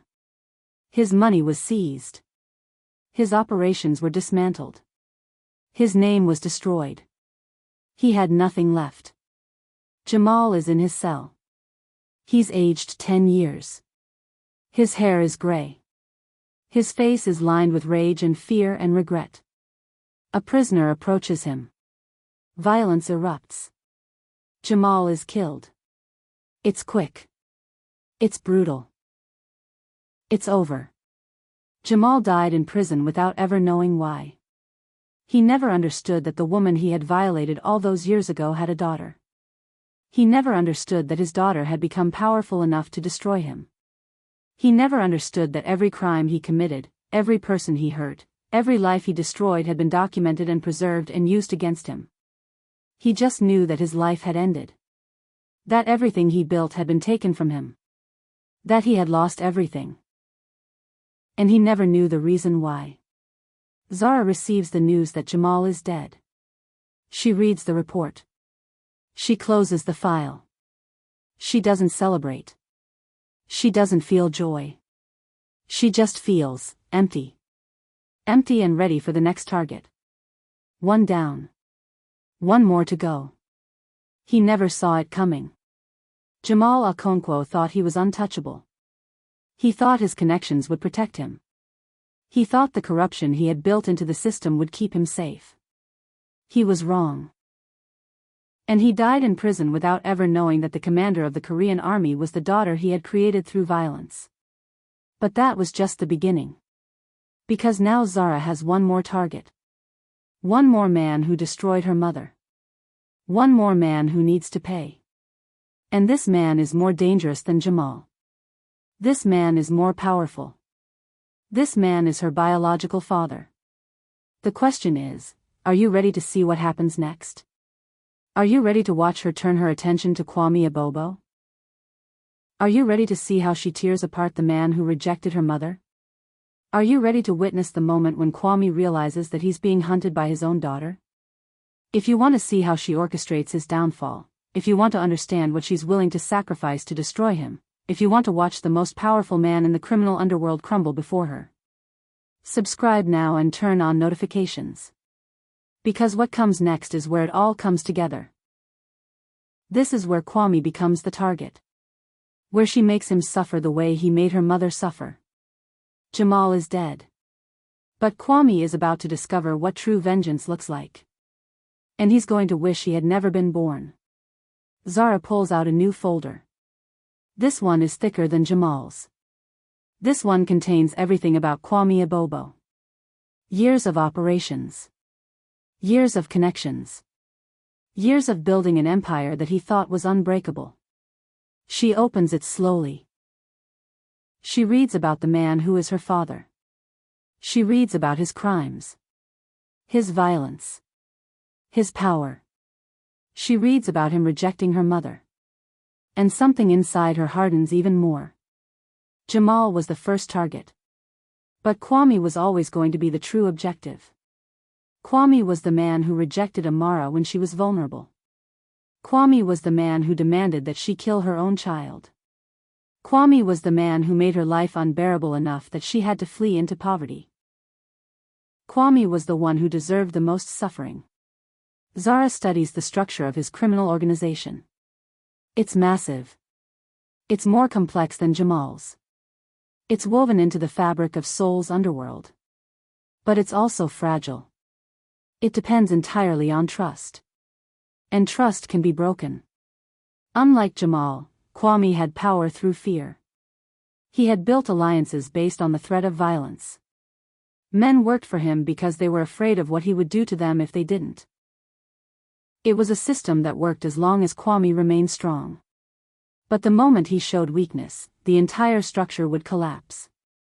Zara meets with her intelligence team. She gives them detailed instructions.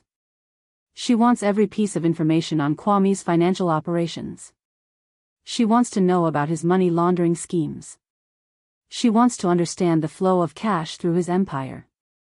Zara understood something that most people didn't understand. Money is the foundation of power in the criminal world. You can have guns and soldiers and fear, but without money, you can't maintain any of it. Without money, your organization falls apart. The intelligence officers begin their work. They follow financial trails. They track cryptocurrency transactions. They identify offshore accounts. They map out the entire financial infrastructure that keeps Kwame's empire functioning. Evidence accumulates. Bank records are obtained through military intelligence access. Money transfers are tracked. Tax evasion is documented. Corruption payments are identified. While Kwame was living his life, while he was conducting his business, while he was feeling secure in his power, a net was being woven around him. Every transaction was recorded. Every payment was documented. Every crime was being compiled into a case that would bury him. Kwame is conducting business as usual. He's meeting with his lieutenants. He's making decisions. He's confident. He doesn't know that his operations are being infiltrated. One of his men is an informant. A man who works for military intelligence. A man who is recording everything. Zara didn't just investigate from a distance. She placed people inside Kwame's organization. People who looked like loyal soldiers but who were actually reporting to her. She infiltrated his trust and turned his own people against him. Zara meets with multiple informants. Men who have worked for Kwame for years. Men who know his secrets. Men who know where the bodies are buried. Zara doesn't need to offer them much. She offers them something better than money or protection. She offers them amnesty. She offers them a way out. Kwame's empire was built on fear, but fear is a fragile foundation. The moment people believe there's an alternative, fear loses its power. Zara continued. She told him that Kwame was going to face justice anyway. His cooperation was irrelevant. His desires were irrelevant. His existence was irrelevant to her. She told him that the only reason she wasn't having him arrested right now was because she needed Kwame to understand something. She needed him to understand that no matter what he offered, no matter what he said, no matter what he did, it would never be enough. Zara told him that if he sent one more intermediary, one more message, one more attempt at reconciliation, she would personally ensure that his prison sentence was extended indefinitely. She told him that his silence was the only mercy she would grant him. Gene Park left the office, defeated. He had failed his mission. He would return to Kwame with a message of absolute rejection. The first intermediary returned to Kwame with devastating news. His daughter had rejected him. She had made it clear that there was nothing he could offer her. That reconciliation was impossible. That redemption was out of his reach. Kwame received the message from Gene Park. He was devastated. His last hope had been crushed. But he was not finished. He sent a second intermediary. A different approach. Kwame's second intermediary was a woman named Dr. Song. She was a counselor who had worked with Kwame for years. She was kind. She was compassionate. Kwame thought that perhaps compassion was the key.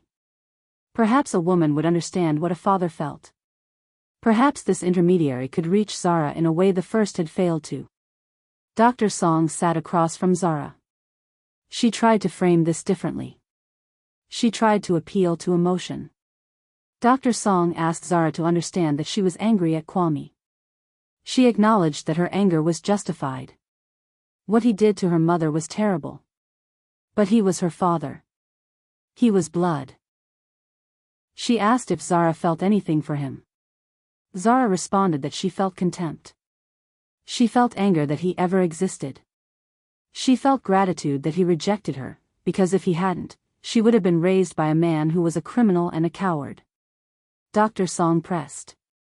She told Zara that Kwame wanted to change. That he was willing to be better. That he was willing to. Zara's response was even colder than before. She wasn't just rejecting Kwame's offers. She was analyzing them. She was breaking them down. She was showing Dr. Song that she understood exactly what her father was doing, and that it was pathetic. Zara told her that change required decades of opportunity. Kwame had the opportunity every single day to be better than he was. But he chose not to. Now that he was facing consequences, now that his power was gone, now that he was desperate, suddenly he wanted to change. She told her that wasn't redemption. That was desperation. Dar. Song told her that he was offering her his entire legacy. His connections. His remaining assets. Everything.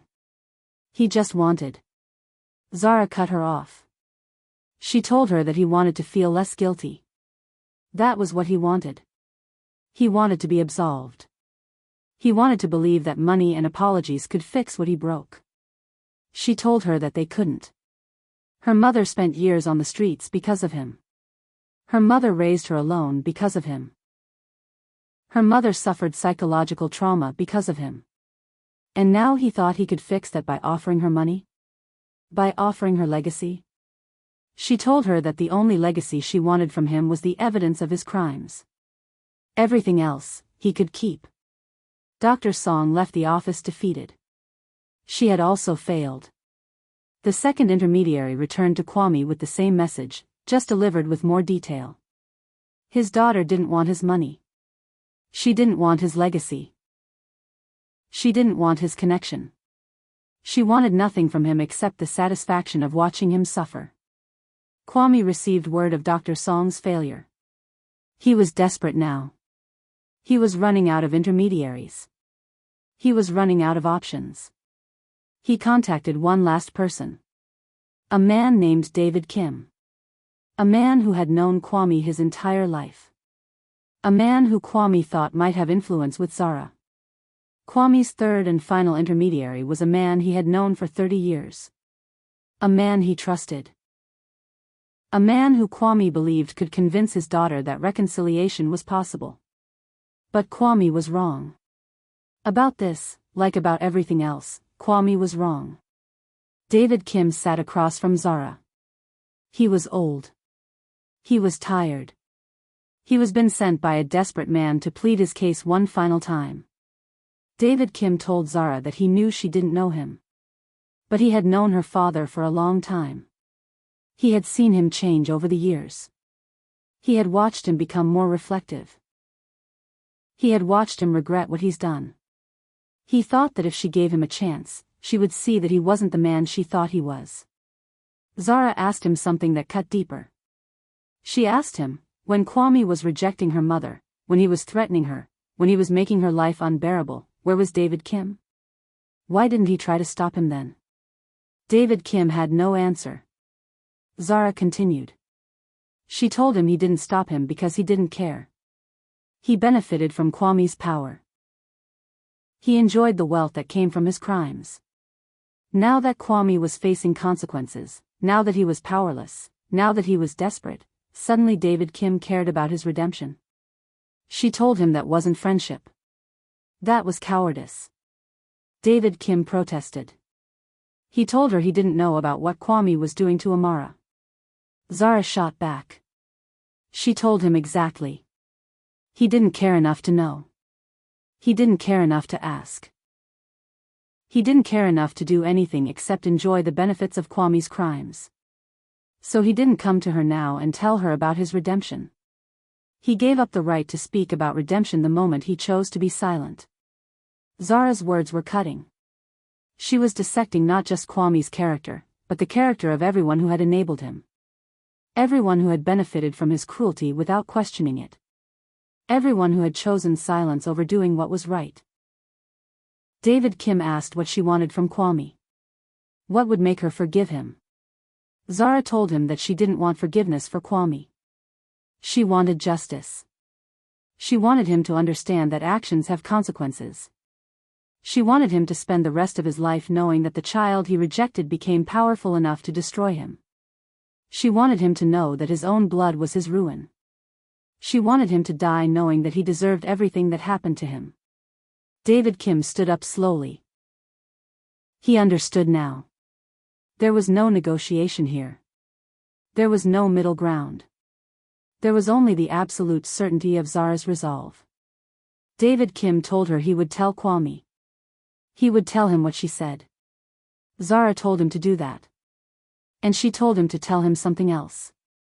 She told him that if he sent one more intermediary, one more message, one more attempt at reconciliation, she would personally ensure that his prison sentence was extended indefinitely.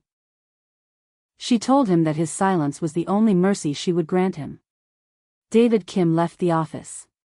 He would return to Kwame with a final message: there is no redemption. There is only consequence. All three intermediaries had failed.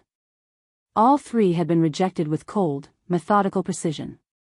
Kwame had hoped that somehow, blood would matter.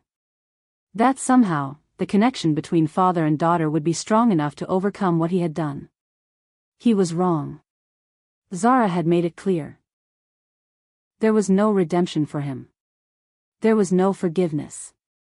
There was no path to reconciliation. There was only the absolute certainty of his destruction. And she was going to make sure he understood, every single day for the rest of his life, that he deserved it. He tried everything. He sent intermediaries. He offered money. He offered legacy. He offered redemption. He offered anything he could think of. And she rejected every single offer with cold, absolute clarity. Zara made it clear. There was no forgiveness. There was no redemption. There was no second chance. But Kwame still didn't understand. He still believed that somehow, he could reach her. He still believed that somewhere inside, there was a part of her that wanted to be his daughter. He still believed in the possibility of reconciliation. He was wrong. Because the next time Kwame would see his daughter, it wouldn't be through an intermediary. It wouldn't be a negotiation. It would be face to face. And she was going to make him understand something that all the intermediaries couldn't make him understand. She was going to make him understand that his own blood was his curse. The question is, are you ready for what happens next? Are you ready to watch Kwame try one final time? Are you ready to see him come face to face with his daughter, without intermediaries, without protection, without hope? Are you ready to witness the moment when he finally, truly understands that there is no redemption for him?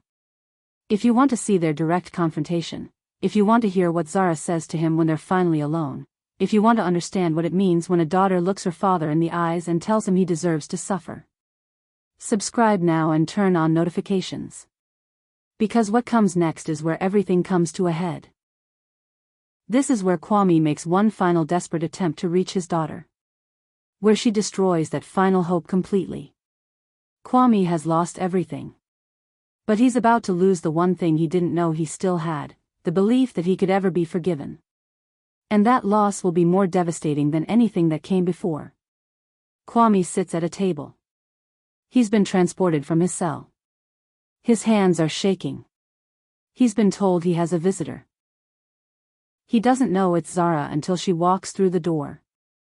She enters slowly. She's in her military uniform. She's composed. She's powerful. She walks to the table and sits across from him. For a moment, neither of them speaks. They just look at each other. Father and daughter.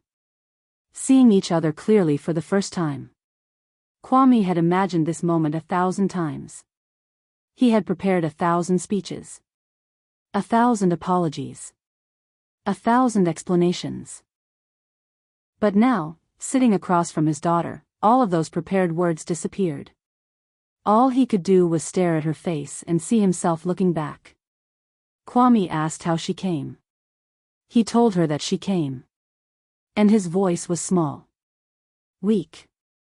Nothing like the powerful man he had been. Zara's response was cutting. She told him that she came to watch him understand. Not to reconcile. Not to forgive. But to watch him understand. Kwame tried to start. He told her he needed to explain. He told her he needed her to understand what happened. He told her he needed to. But Zara stopped him. She told him to listen. That was what he needed to do. She raised her hand. She was not interested in his words. She was interested in him listening. Zara told him what she had discovered. She told him about the empire he built. About every crime. Every victim. Every woman he hurt. Every life he destroyed. Because he was going to hear it all. And he was going to understand, finally, that every moment of suffering he was about to experience, he deserved. Zara's words were hitting Kwame like weapons. Every word was a wound. Every sentence was a reminder of what he had done. She told him about his mother. She told him that his mother was a good woman. She loved him. She gave him her complete trust. And when she became pregnant with Zara, instead of celebrating, instead of being happy, instead of being the man he claimed to be, he rejected them. He told her that Zara was proof of her infidelity. He demanded that she kill Zara. He threatened her. He terrorized her. Zara's words were hitting him like weapons. Every word was a wound. Every sentence was a reminder of what he had done. When Zara refused, when she chose to keep Zara, he made her life unbearable. He controlled her. He isolated her. He told her that if she had Zara, he would destroy her. And when she finally got away, when she finally escaped with nothing but the clothes on her back, he let her go. He didn't chase her. He didn't try to find her. He just moved on with his life like she had never existed. Like Zara had never existed. Kwame tried to speak. He tried to say he was young. He was angry. He didn't understand. But Zara cut him off. She asked him what he didn't understand. That when he rejects a woman, that when he threatens her child, that when he drives her into poverty, there are consequences? She told him that he's understanding that now. But it's too late for understanding to matter. Zara stood up. She walked around the table. She stood directly in front of her father. Zara told him something that cut through everything else. She told him that she was not his daughter by choice. She was his daughter by biology. She was the result of his cruelty. She was what happens when a man rejects the wrong woman. She was his curse. And she came here to make sure he understood that. Kwame asked what she wanted from him. Zara told him the truth. She wanted him to know the truth about what she had done. Zara sat back down. She leaned forward.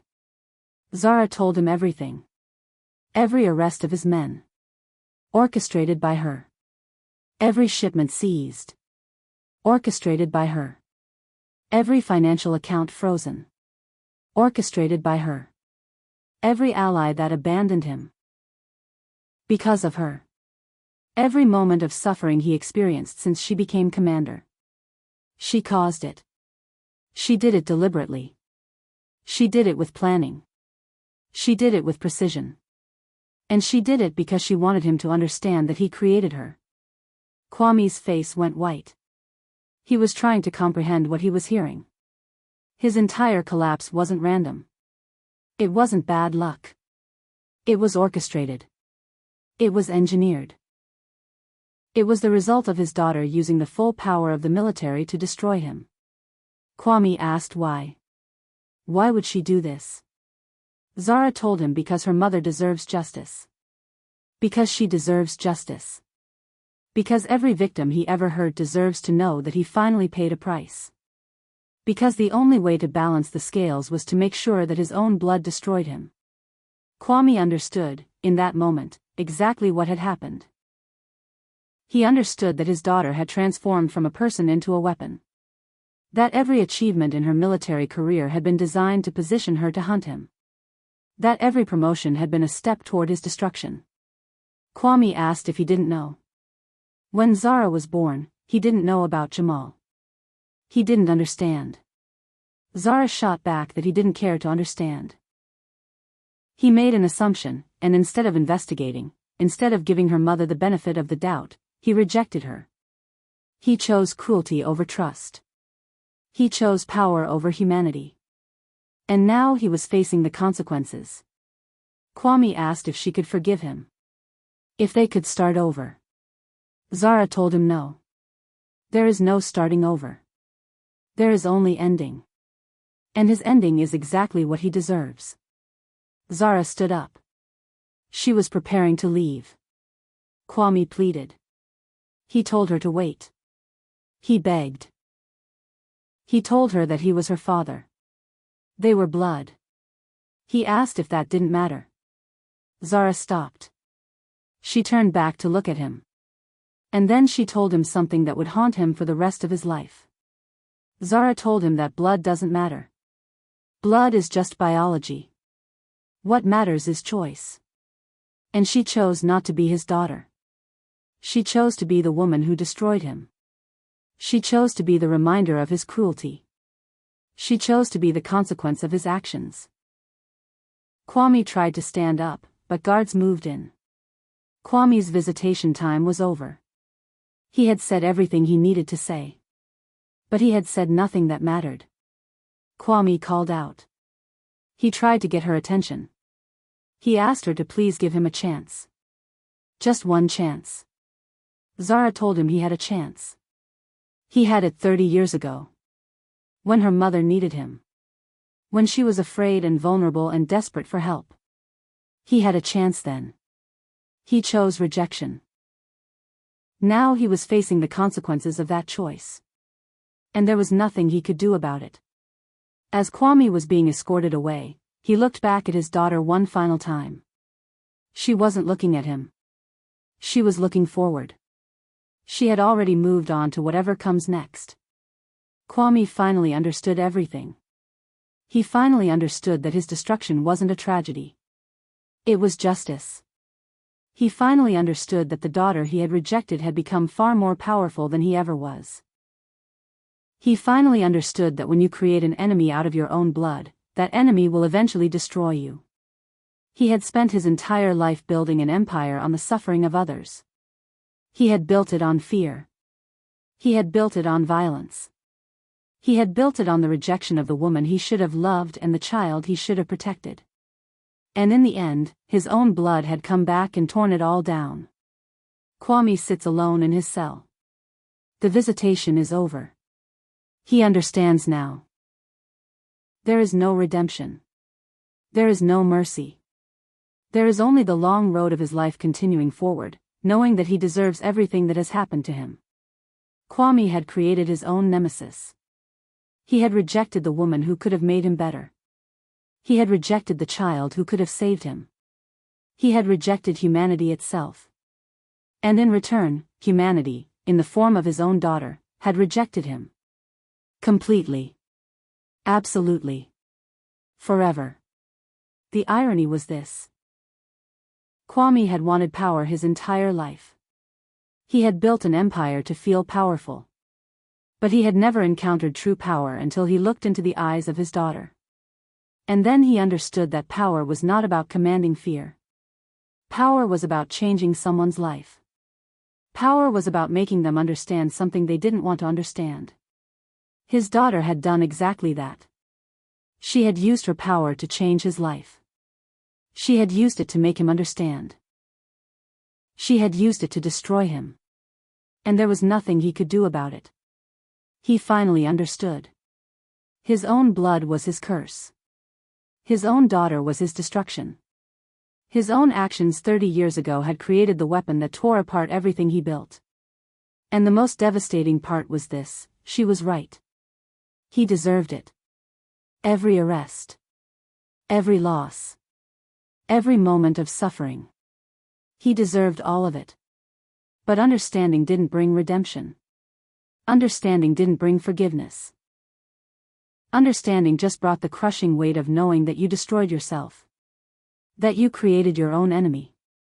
That you had one chance to be better, and you chose cruelty instead. Now Kwame sits in a cell. His empire is gone. His power is gone. His freedom is gone. And the daughter he rejected is free. Powerful. Unstoppable. Everything he could have been if he had just been a better man.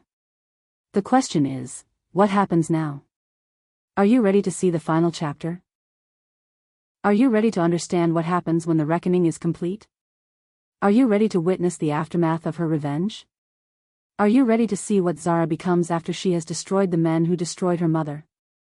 If you want to know how Kwame's story ends, if you want to understand whether Zara finds peace after her revenge, if you want to see what happens to her relationship with her mother, now that justice has been served, subscribe now and turn on notifications. Because what comes next is the final chapter of this story.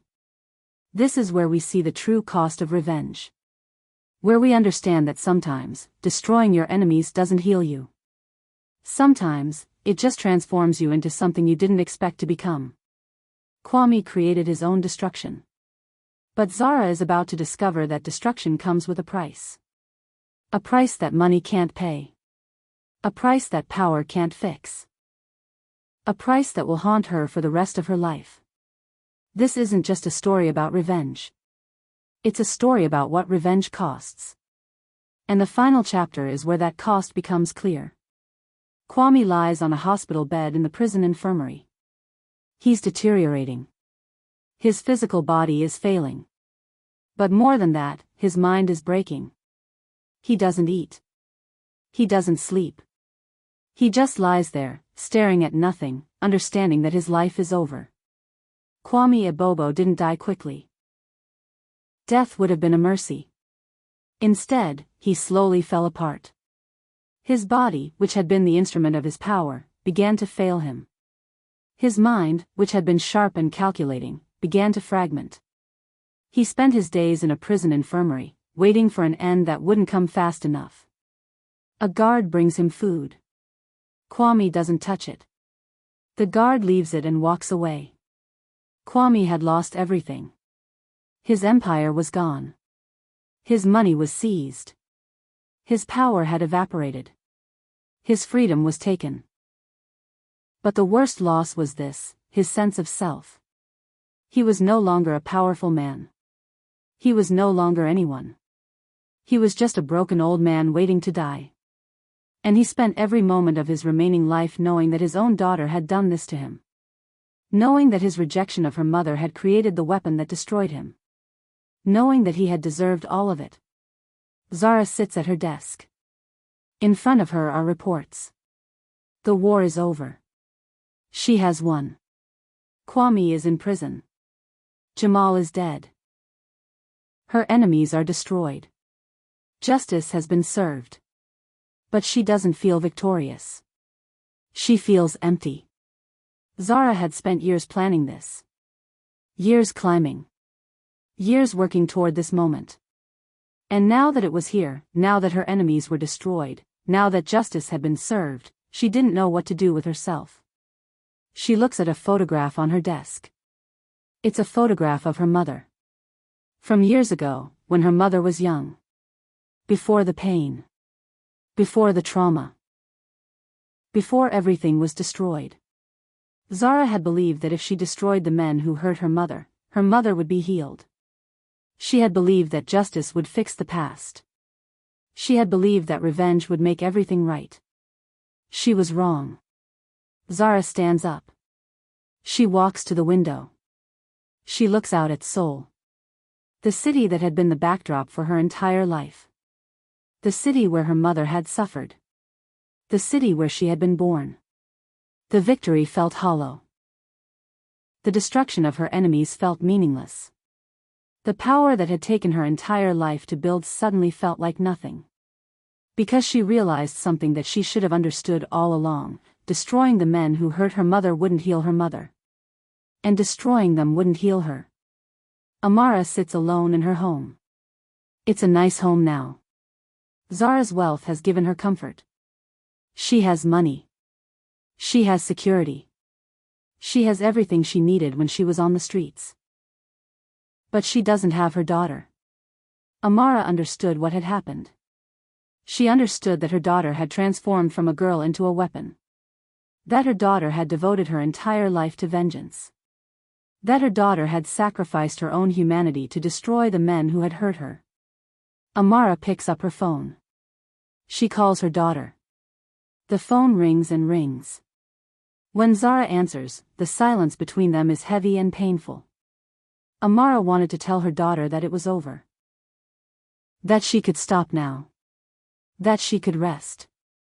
That she didn't need to carry the weight of their family's trauma anymore. But when she tried to speak, the words caught in her throat. Neither of them knew what to say. Zara sits across from her mother. They're in a nice restaurant. They're supposed to be celebrating. The men who hurt Amara are destroyed. Justice has been served. This should be a moment of healing. But the silence between them is heavy. Painful. They sit across from each other, but there's a distance that neither of them knows how to bridge. Amara looked at her daughter and saw someone she barely recognized. She saw a woman who was powerful and strong and accomplished. But she didn't see her daughter. She saw a stranger wearing her daughter's face. Amara tries to reach across the table. She wants to touch her daughter's hand. She wants to tell her that she's proud of her. She wants to tell her that it's okay to stop now. But when she opens her mouth, what comes out is different. Amara spoke about being tired. About noticing that her daughter looked broken. About understanding that Zara was carrying something heavy. About seeing that the quest for revenge had transformed her daughter into something cold and distant. Zara responds, but her words are cold. She tells her mother that she's carrying the same thing her mother has been carrying for 30 years. And the implication is clear. You made me carry this burden. You raised me with this pain. You passed your trauma to me, and now I'm broken too. Amara flinches. She sets down her fork. She's lost her appetite. This was the damage that nobody talked about. This was the hidden cost of revenge. While Zara was climbing, while she was planning, while she was destroying her enemies, the relationship between her and her mother was breaking. Zara insists she never said any of that. But Amara can hear it in her voice. She can see it in her eyes. She knows that her daughter blames her. She knows that her daughter thinks she failed her. Amara speaks the truth that her daughter won't say out loud. She tells Zara that even though she's destroyed the men who hurt her, even though she's achieved everything she set out to achieve, they're still broken. They're still damaged. They're still suffering. She tells Zara that she's proud of her. But she's not happy. Because Zara isn't happy. And she doesn't know how to reach her daughter anymore. Zara insists she's right there. But Amara knows better. She tells her daughter that she's somewhere else. Somewhere far away. Somewhere her mother can't reach. And she doesn't know how to bring her back. The truth was this: Zara had spent so much of her life hating two men that she had forgotten how to love. She had spent so much of her life being driven by rage that she didn't know how to be peaceful. She had spent so much of her life building defenses that she couldn't let anyone in. Not even her own mother. Zara walks her mother to the door. They're not going to finish their dinner. They're going to end this night the way they've ended most nights for the last few years, with distance between them. Amara tells her daughter that she loves her. She wants to make sure Zara knows that. She tells her that she understands that Zara knows it intellectually. But she doesn't think Zara believes it in her heart. She doesn't think her daughter understands that her love was real. That everything she did, everything she sacrificed, was because she loved her. Zara responds that she knows. But her words are hollow. She says the right things, but she doesn't feel them. Because she's lost the ability to feel anything except the cold satisfaction of destruction. Amara tells her daughter something that cuts deeper than anything else she's said. She tells her that sometimes, when she looks at Zara, she doesn't recognize her. She sees a woman who is powerful and strong and accomplished. But she doesn't see her daughter. She sees a stranger wearing her daughter's face. Zara doesn't respond. She can't. Because she knows her mother is right. She knows that she has transformed into something other than human. She knows that she has sacrificed her capacity for love on the altar of revenge. Amara reaches out to hug her daughter. But the hug is quick. Stiff. It's the kind of hug between people who love each other but don't know how to express it. The kind of hug between mother and daughter who are broken in different ways. When Amara leaves the apartment, she carries something with her that she didn't have when she arrived. She carries the knowledge that she has lost her daughter. Not to death. But to the coldness that revenge creates. Not to hatred. But to the emptiness that violence leaves behind. Zara sits at her desk. Alone. Always alone now. She opens a drawer and pulls out a photograph. It's the first photograph ever taken of her and her mother together. Zara is 5 years old. Her mother is holding her close. They're both smiling. Zara looked at that photograph and she tried to remember when everything had changed. She tried to remember when the love between her and her mother had transformed into resentment. She tried to remember when she had become the kind of person who could coldly orchestrate the destruction of her own father. She puts the photograph back in the drawer. She closes it. She closes her eyes. The victory was complete. The men who had hurt her mother were destroyed. Justice had been served. The scales had been balanced.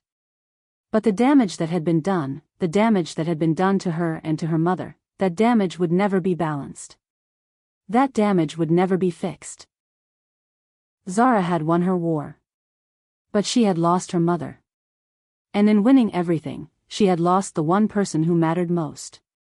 Kwame lies dying. He's finally at the end. His body is giving out.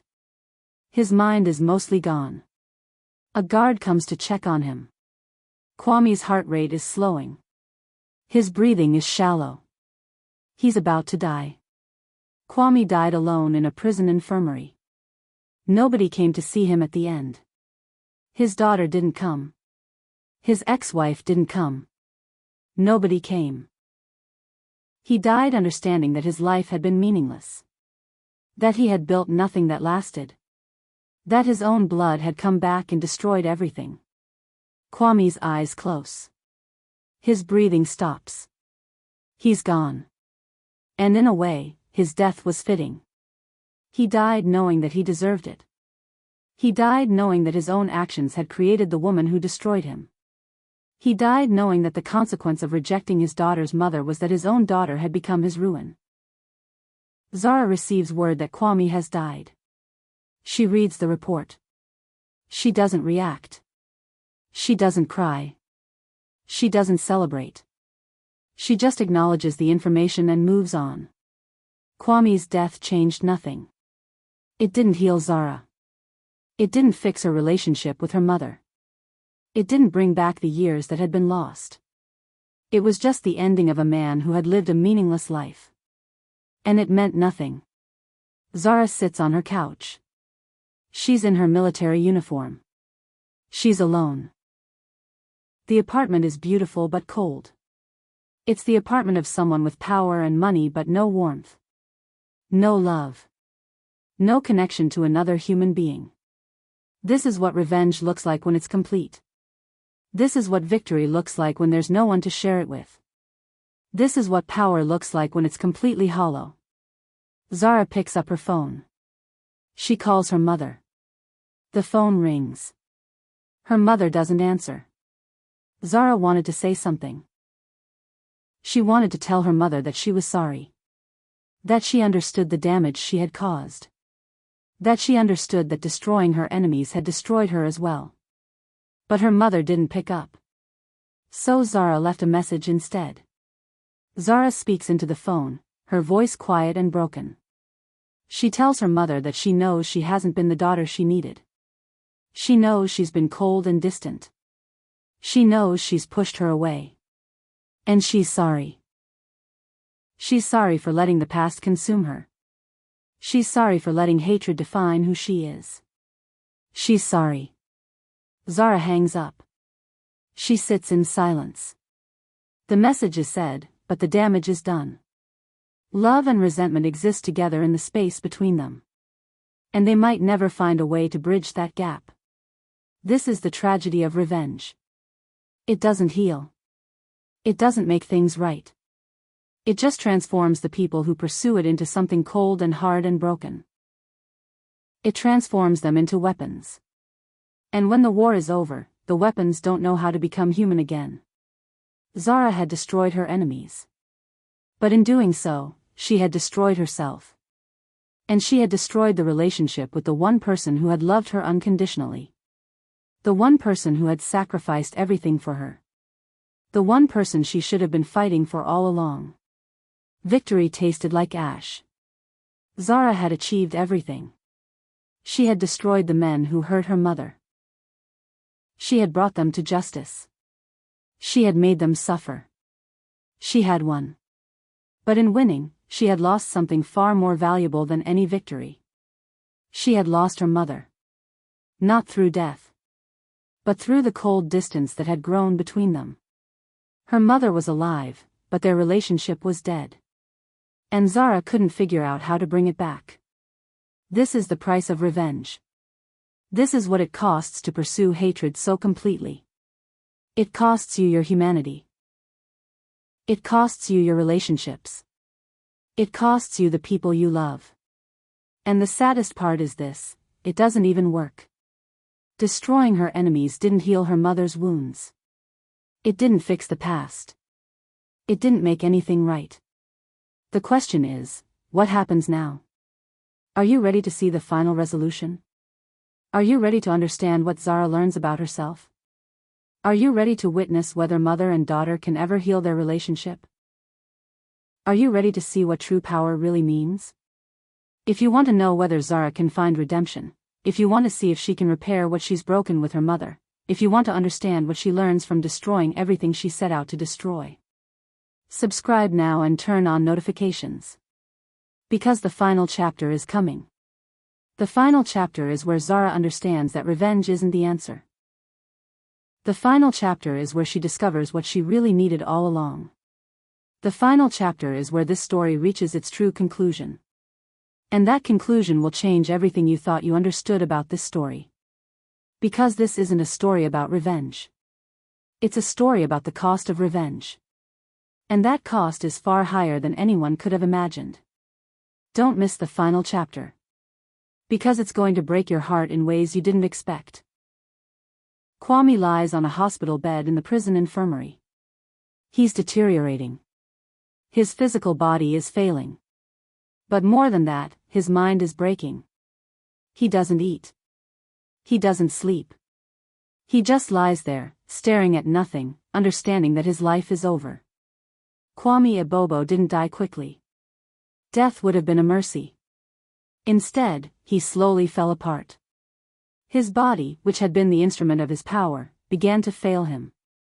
His mind, which had been sharp and calculating, began to fragment. He spent his days in a prison infirmary, waiting for an end that wouldn't come fast enough. A guard brings him food. Kwame doesn't touch it. The guard leaves it and walks away.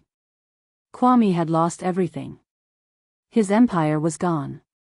His money was seized. His power had evaporated. His freedom was taken. But the worst loss was this, his sense of self. He was no longer a powerful man. He was no longer anyone. He was just a broken old man waiting to die. And he spent every moment of his remaining life knowing that his own daughter had done this to him. Knowing that his rejection of her mother had created the weapon that destroyed him. Knowing that he had deserved all of it. Zara sits at her desk. In front of her are reports. The war is over. She has won. Kwame is in prison. Jamal is dead. Her enemies are destroyed. Justice has been served. But she doesn't feel victorious. She feels empty. Zara had spent years planning this. Years climbing. Years working toward this moment. And now that it was here, now that her enemies were destroyed, now that justice had been served, she didn't know what to do with herself. She looks at a photograph on her desk. It's a photograph of her mother. From years ago, when her mother was young. Before the pain. Before the trauma. Before everything was destroyed. Zara had believed that if she destroyed the men who hurt her mother would be healed. She had believed that justice would fix the past. She had believed that revenge would make everything right. She was wrong. Zara stands up. She walks to the window. She looks out at Seoul. The city that had been the backdrop for her entire life. The city where her mother had suffered. The city where she had been born. The victory felt hollow. The destruction of her enemies felt meaningless. The power that had taken her entire life to build suddenly felt like nothing. Because she realized something that she should have understood all along, destroying the men who hurt her mother wouldn't heal her mother. And destroying them wouldn't heal her. Amara sits alone in her home. It's a nice home now. Zara's wealth has given her comfort. She has money. She has security. She has everything she needed when she was on the streets. But she doesn't have her daughter. Amara understood what had happened. She understood that her daughter had transformed from a girl into a weapon. That her daughter had devoted her entire life to vengeance. That her daughter had sacrificed her own humanity to destroy the men who had hurt her. Amara picks up her phone. She calls her daughter. The phone rings and rings. When Zara answers, the silence between them is heavy and painful. Amara wanted to tell her daughter that it was over. That she could stop now. That she could rest. That she didn't need to carry the weight of their family's trauma anymore. But when she tried to speak, the words caught in her throat. Neither of them knew what to say. Zara sits across from her mother. They're in a nice restaurant. They're supposed to be celebrating. The men who hurt Amara are destroyed. Justice has been served. This should be a moment of healing. But the silence between them is heavy. Painful. They sit across from each other, but there's a distance that neither of them knows how to bridge. Amara looked at her daughter and saw someone she barely recognized. She saw a woman who was powerful and strong and accomplished. But she didn't see her daughter. She saw a stranger wearing her daughter's face. Amara tries to reach across the table. She wants to touch her daughter's hand. She wants to tell her that she's proud of her. She wants to tell her that it's okay to stop now. But when she opens her mouth, what comes out is different. Amara spoke about being tired. About noticing that her daughter looked broken. About understanding that Zara was carrying something heavy. About seeing that the quest for revenge had transformed her daughter into something cold and distant. Zara responds, but her words are cold. She tells her mother that she's carrying the same thing her mother has been carrying for 30 years. And the implication is clear. You made me carry this burden. You raised me with this pain. You passed your trauma to me, and now I'm broken too. Amara flinches. She sets down her fork. She's lost her appetite. This was the damage that nobody talked about. This was the hidden cost of revenge. While Zara was climbing, while she was planning, while she was destroying her enemies, the relationship between her and her mother was breaking. Zara insists she never said any of that. But Amara can hear it in her voice. She can see it in her eyes. She knows that her daughter blames her. She knows that her daughter thinks she failed her. Amara speaks the truth that her daughter won't say out loud. She tells Zara that even though she's destroyed the men who hurt her, even though she's achieved everything she set out to achieve, they're still broken. They're still damaged. They're still suffering. She tells Zara that she's proud of her. But she's not happy. Because Zara isn't happy. And she doesn't know how to reach her daughter anymore. Zara insists she's right there. But Amara knows better. She tells her daughter that she's somewhere else. Somewhere far away. Somewhere her mother can't reach. And she doesn't know how to bring her back. The truth was this: Zara had spent so much of her life hating two men that she had forgotten how to love. She had spent so much of her life being driven by rage that she didn't know how to be peaceful. She had spent so much of her life building defenses that she couldn't let anyone in.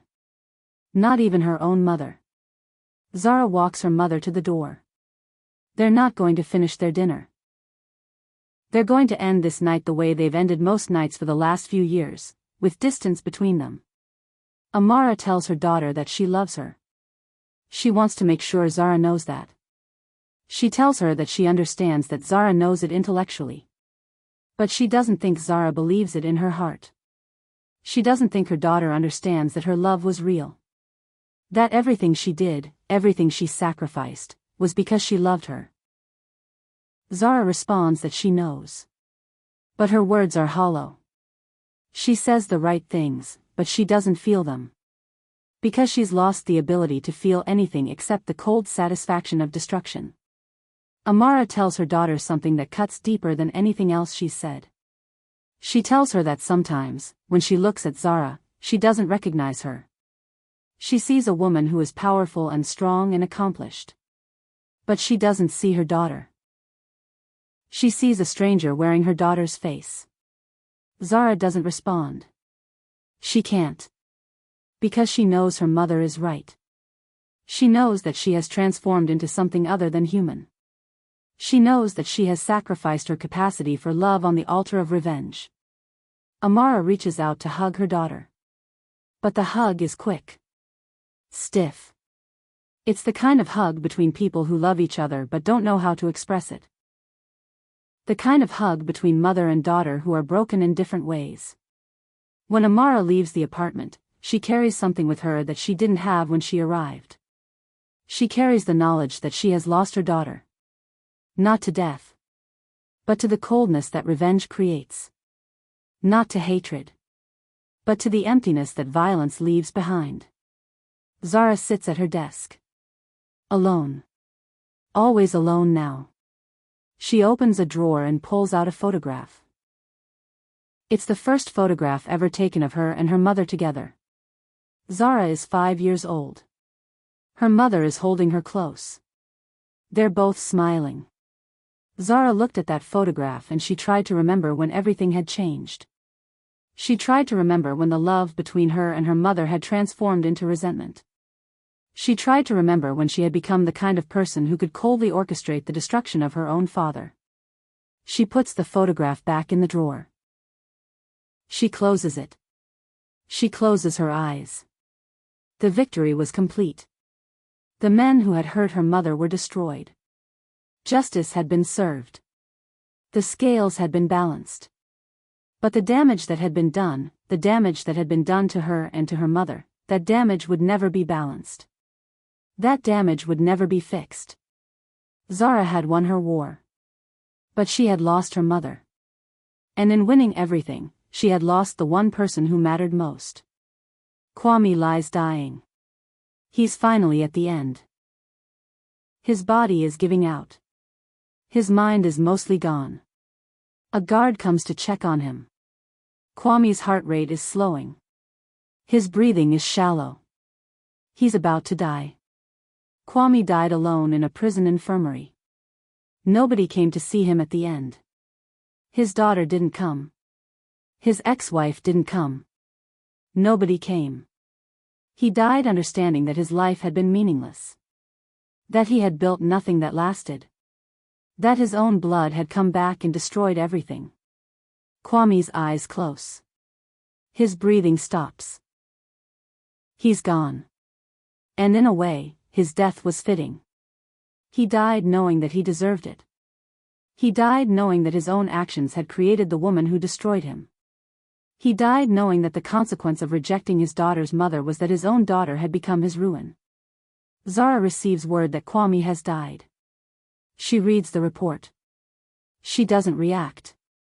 She doesn't cry. She doesn't celebrate. She just acknowledges the information and moves on. Kwame's death changed nothing. It didn't heal Zara. It didn't fix her relationship with her mother. It didn't bring back the years that had been lost.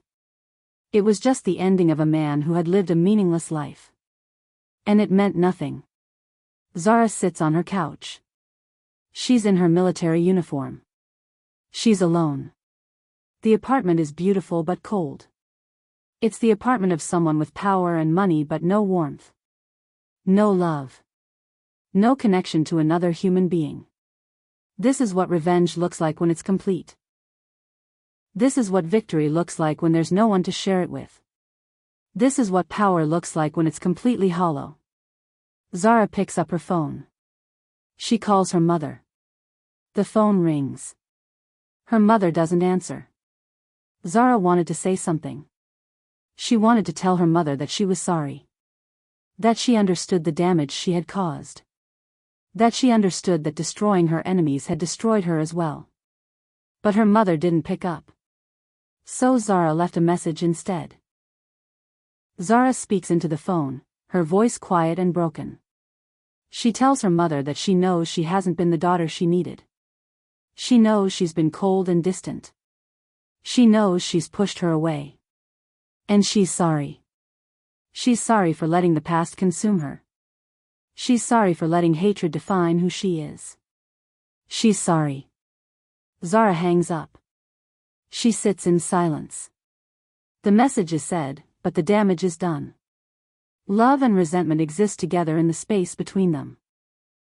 And they might never find a way to bridge that gap. This is the tragedy of revenge. It doesn't heal. It doesn't make things right. It just transforms the people who pursue it into something cold and hard and broken. It transforms them into weapons. And when the war is over, the weapons don't know how to become human again.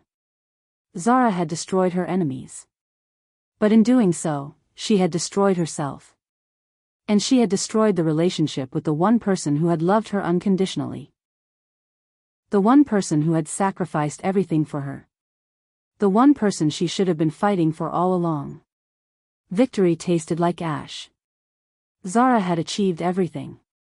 She had destroyed the men who hurt her mother. She had brought them to justice. She had made them suffer. She had won. But in winning, she had lost something far more valuable than any victory. She had lost her mother. Not through death, but through the cold distance that had grown between them. Her mother was alive, but their relationship was dead. And Zara couldn't figure out how to bring it back. This is the price of revenge. This is what it costs to pursue hatred so completely. It costs you your humanity. It costs you your relationships. It costs you the people you love. And the saddest part is this, it doesn't even work. Destroying her enemies didn't heal her mother's wounds. It didn't fix the past. It didn't make anything right. The question is, what happens now?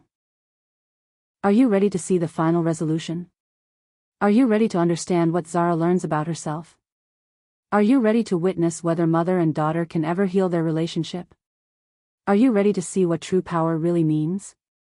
If you want to know whether Zara can find redemption, if you want to see if she can repair what she's broken with her mother, if you want to understand what she learns from destroying everything she set out to destroy, subscribe now and turn on notifications. Because the final chapter is coming.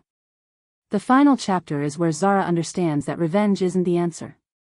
The final chapter is where she discovers what she really needed all along. The final chapter is where this story reaches its true conclusion. And that conclusion will change everything you thought you understood about this story.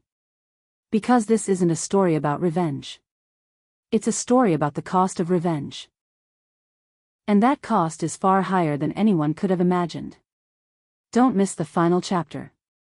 Because it's going to break your heart in ways you didn't expect. Zara sits behind her desk.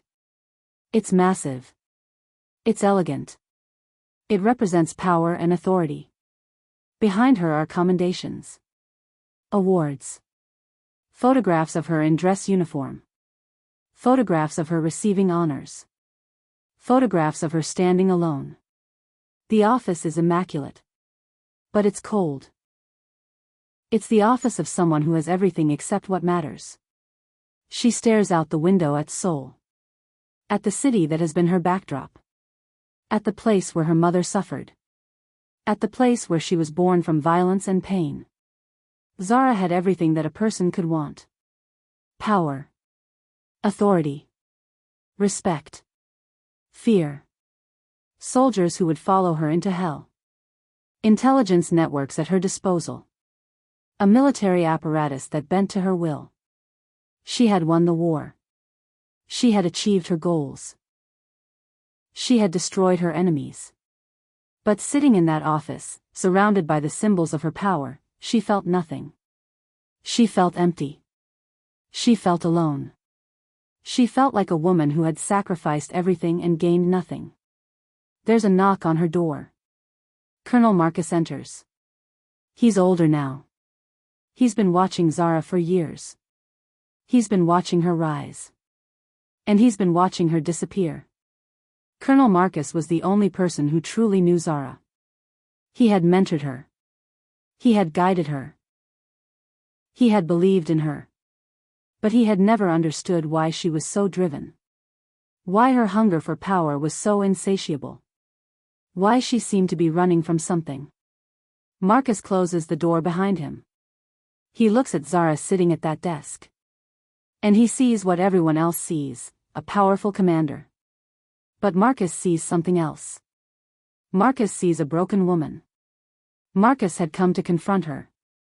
He had come to ask her the question that he had been asking himself for years. Why? Why was she so obsessed with power? Why did she push away everyone who tried to get close to her? Why had she sacrificed her entire life for something that didn't seem to make her happy? Marcus sits down across from Zara. He doesn't greet her with formalities. He just looks at her. Marcus asked her why. Not why did she become commander. Not why did she climb the ranks. But why was she doing all of this?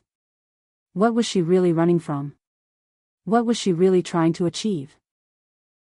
Because he could see it in her face. He could see that none of this meant anything to her. Zara stares at him. She doesn't respond. She can't.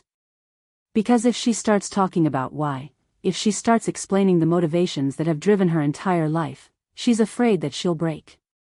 And she spent decades learning how not to break. Marcus pressed her. He told her that he had watched her climb higher and higher. He had watched her destroy people. He had watched her orchestrate the downfall of men who were dangerous and powerful. He had watched her do all of this with a precision that was almost inhuman. And he wanted to know, why? What was it for? Because destroying them didn't seem to have changed her. Destroying them didn't seem to have made her happy. Zara's face remains cold. Her hands remain steady. But something inside her is beginning to crack. Marcus told her something that he had never told her before. He told her that he had known, from the beginning, that she was using the military. He told her that he had understood that she had her own agenda. He told her that he had let it happen because he believed in her. Because he thought that whatever mission she was on, it was important. But now he was beginning to wonder if her mission had consumed her. If her quest for justice had become something darker. Something more like vengeance. Zara stands up. She walks to the window. She puts her hand against the glass. She's looking out at the city, but she's not seeing it. She's seeing the past. She's seeing her mother on the streets. She's seeing the poverty. She's seeing the pain. And then, finally, Zara broke. The wall that she had built around her heart, the wall that had protected her for decades, the wall that had allowed her to become a weapon, finally cracked. And everything inside her came pouring out. Zara turns back to face Marcus. Her eyes are wet. Not with tears yet. But with the knowledge that tears are coming. Zara told Marcus about her mother. She told him about the poverty. She told him about watching her mother work multiple jobs and still barely surviving. She told him about sleeping on streets and in shelters. She told him about the psychological damage that she carried every single day because her father had rejected her. Because her father had rejected her mother. Zara's voice begins to shake. She speaks about Kwame. She speaks about the man who should have protected her mother but instead terrorized her. She speaks about the man who created her and then tried to erase her. Zara told Marcus that she had sworn an oath to herself when she was a child. An oath that she would become powerful enough to destroy the men who had hurt her mother. An oath that she would make them pay. An oath that she would use the military, use her position, use every resource at her disposal to ensure that justice was served. And she had done it. She had kept her oath. She had destroyed Kwame. She had destroyed Jamal. She had orchestrated their downfall with precision and care. And now they were gone. One dead. One in prison. Both of them broken. But her voice is breaking now. Her body is breaking now. Because the realization is crashing down on her like a wave. Zara asked Marcus a question. She asked him, did any of it matter? Did destroying them heal her mother? Did destroying them make her happy? Did destroying them fix anything? And the answer, which Zara had known all along but hadn't been able to admit, was no. None of it mattered. Destroying her enemies hadn't fixed her mother's trauma. It hadn't made her mother whole. It hadn't brought them closer together. It had pushed them further apart. Zara slides down the wall. She sits on the floor of her office, surrounded by the symbols of her power, and she finally allows herself to cry. Zara wept for everything she had lost in the pursuit of revenge. She wept for the relationship with her mother that had been destroyed. She wept for the capacity for love that she had sacrificed on the altar of vengeance. She wept for the years that she had spent hating when she could have been healing. She wept for the woman she could have been if she hadn't let rage define her. Marcus moves to her. He sits down next to her on the floor. He doesn't speak. He just sits there. Because sometimes, presence is more powerful than words. Zara spoke through her tears. She told Marcus that she had thought power would make her happy. She told him that she had thought destroying her enemies would heal her.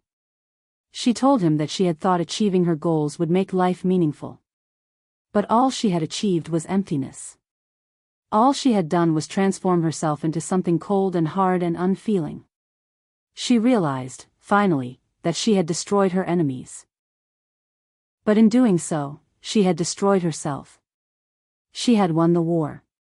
But she had lost the one person who loved her unconditionally. She had achieved power. But she had lost the ability to feel anything except the hollow satisfaction of destruction. Marcus listened.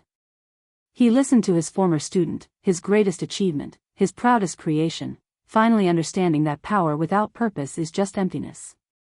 That victory without healing is just another form of defeat.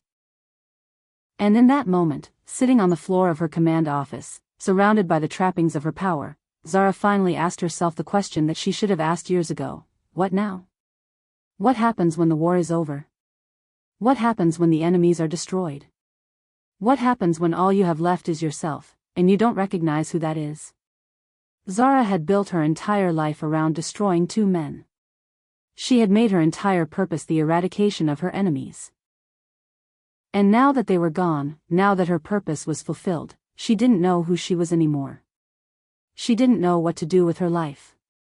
She didn't know how to be anything except a weapon. And the realization was devastating. Because it meant that she had sacrificed everything for nothing. She had given up her humanity for a victory that tasted like ash. She had given up her mother for a revenge that didn't change anything. The question wasn't whether destroying her enemies had healed her. The question was whether she could ever be healed at all. Whether she could ever forgive herself for what she had become. Whether she could ever find her way back to being human. She finally broke. After years of being a weapon. After years of being cold and calculated. After years of sacrificing her humanity on the altar of revenge. She finally allowed herself to feel the full weight of her choices. And the truth was devastating. She had won everything and lost everything. Her enemies were destroyed. Her mother was suffering in a different way now. And Zara was sitting alone in her office, surrounded by power and authority, completely and utterly alone. The question now isn't whether she destroyed her enemies. The question is whether she can save herself. Whether she can repair the relationship with her mother. Whether she can find her way back to being human after spending so many years being a weapon. This is where the real story begins. The question is, are you ready to see what happens next? Are you ready to watch Zara rebuild her life? Are you ready to see whether she can reconnect with her mother? Are you ready to understand what true redemption looks like after you've sacrificed everything for revenge? If you want to see Zara's path to healing. If you want to understand whether she can repair what she's broken. If you want to witness the moment when she finally understands what really matters.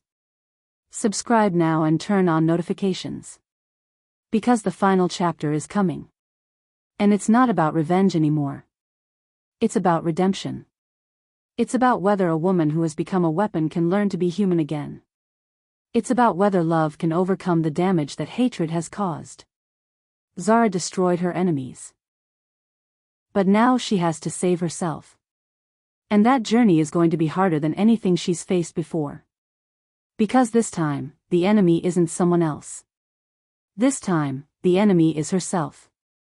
The sun is rising over Seoul. A new day is beginning. Zara is still sitting in her office. She hasn't slept.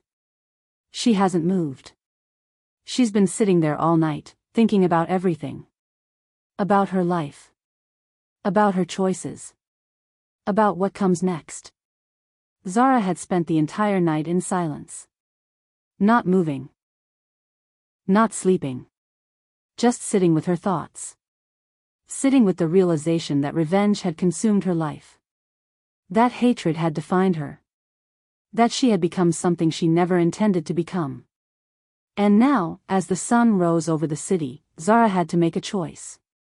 A choice about what comes next. A choice about who she wants to be. A choice about whether she can find her way back to being human. Zara stands up slowly. She walks to the window. She watches the city wake up. She watches people going to work. She watches mothers walking with their children. She watches ordinary people living ordinary lives. Zara understood something in that moment. She understood that power wasn't about commanding fear. Power was about having the ability to choose differently. Power was about having options. And for the first time in her life, Zara had a real choice to make. She could continue down the path she had been on. She could continue to use her position to hunt people. She could continue to use the military as a tool for her personal vengeance. She could continue to be a weapon. Or she could do something different. Something harder. Something that required more courage than destroying enemies ever required. She could try to heal. She could try to reconnect with her mother. She could try to use her power for something other than personal revenge. She could try to become human again. Zara is standing in front of a group of young recruits. They're looking up at her with admiration. With fear. With the kind of reverence that soldiers give to leaders they respect. Zara looked at these young recruits and she saw herself. She saw young people who had come from nothing. Young people who were trying to find their way. Young people who had pain in their eyes but hope in their hearts. She begins to speak to them. She tells them about survival. She tells them about resilience. She tells them about the strength that comes from overcoming trauma. But she tells them something else. She tells them about the cost of hatred. She tells them about what happens when you let vengeance consume you. She tells them that there's a difference between justice and revenge. For the first time in her military career, Zara was teaching them something beyond strategy and combat. She was teaching them about humanity. She was teaching them about the complexity of trauma. She was teaching them that the strongest people aren't the ones who never break. They're the ones who break and choose to rebuild themselves anyway. Zara stands outside her mother's apartment. She's been standing there for 20 minutes. She's afraid to knock. She's afraid of being rejected. She's afraid of what her mother might say. Zara had tried to reach her mother many times. But her mother had stopped responding to her calls. Her mother had stopped answering her messages. Her mother had closed the door. And Zara couldn't blame her. Zara had closed the door first. She lifts her hand to knock. She hesitates. She drops her hand. She hesitates again.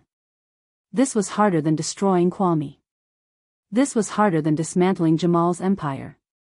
This was harder than anything she had ever done. Because asking for forgiveness requires vulnerability. Asking for forgiveness requires admitting that you were wrong. Asking for forgiveness requires becoming human again. Zara knocks on the door. She doesn't know what she's going to say.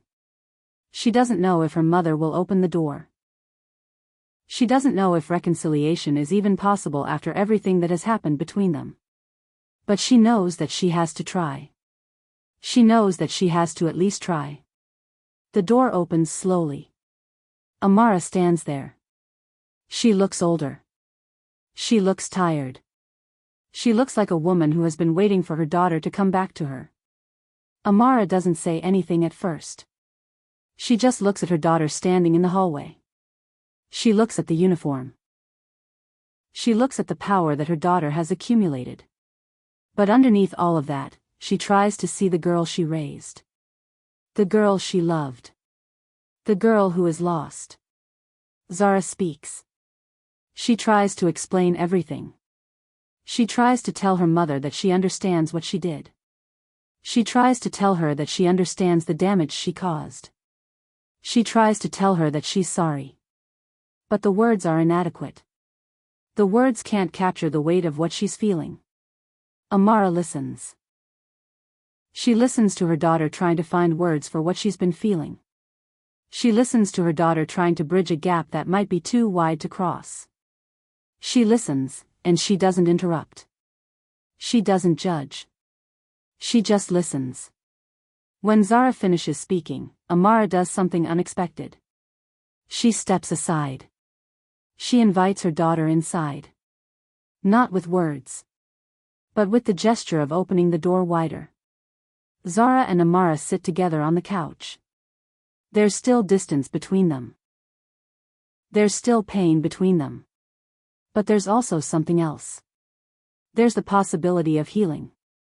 There's the possibility of rebuilding what was broken. They don't say much. They don't need to. Sometimes, just being in the same room is enough. Sometimes, just sitting together is a form of communication that words can't achieve. They sit together, and the silence between them is no longer cold. It's warm. It's full of possibility. Amara reaches over and takes her daughter's hand. She doesn't ask for explanations. She doesn't ask for apologies. She just holds her daughter's hand. And in that gesture, Zara understands that her mother has never stopped loving her. That her mother's love was never conditional. That her mother was always waiting for her to come back. Zara is at her desk, but she's changed her approach to her work. She's no longer hunting for enemies. She's no longer using the military as a tool for personal vengeance. She's using her position differently. Zara created a new initiative. An initiative to support survivors of violence. An initiative to help women who had been traumatized by men who thought they were above the law. An initiative that transformed her power from something destructive into something constructive. She's meeting with women who have been hurt. Women who have nowhere else to turn. Women whose trauma looks a lot like her mother's trauma. She's using her resources. She's using her authority. She's using her power to help them instead of to hurt people. This wasn't redemption. Redemption wasn't possible for Zara. You can't undo what you've done. You can't erase the people you've hurt. But you can choose to do something different going forward. You can choose to use your power differently. You can choose to be better than you were. Zara and Amara are walking together in a park. They're not talking much, but they're walking side by side. They're moving forward together. Their relationship wasn't healed. Healing would imply that everything was fixed and whole again. But it was different now. It was fragile and complicated and full of unresolved pain. But it was also full of love. A love that was learning to exist alongside hurt. A love that was learning to coexist with resentment. Amara reaches over and takes her daughter's arm. It's a small gesture, but it means everything. It means acceptance. It means that despite everything, despite the distance and the pain and the years lost, they're still connected. They're still mother and daughter. Zara realizes something in that moment. She realizes that this is what power really means. Not the ability to destroy, but the ability to choose differently. The ability to face your own darkness and admit it. The ability to try to repair what you've broken, even knowing that it might never be fully repaired. This understanding settles into her bones. This is the true power. This is what she has been searching for all along. Zara is standing at her window again, watching the sun set over Seoul. But she's different now. She's still powerful. She's still a commander in the military. But she's no longer a weapon. She's becoming human again. The story of Zara doesn't have a perfect ending. There's no moment where everything is resolved and everyone lives happily. Life doesn't work that way. Trauma doesn't work that way. Revenge doesn't work that way. Zara destroyed the men who hurt her mother. She achieved her goal. She got her justice. But she didn't get healing. She didn't get peace. She got something different. She got the realization that power without purpose is empty. That victory without healing is just another form of defeat. And now she's learning something harder than revenge. She's learning how to live.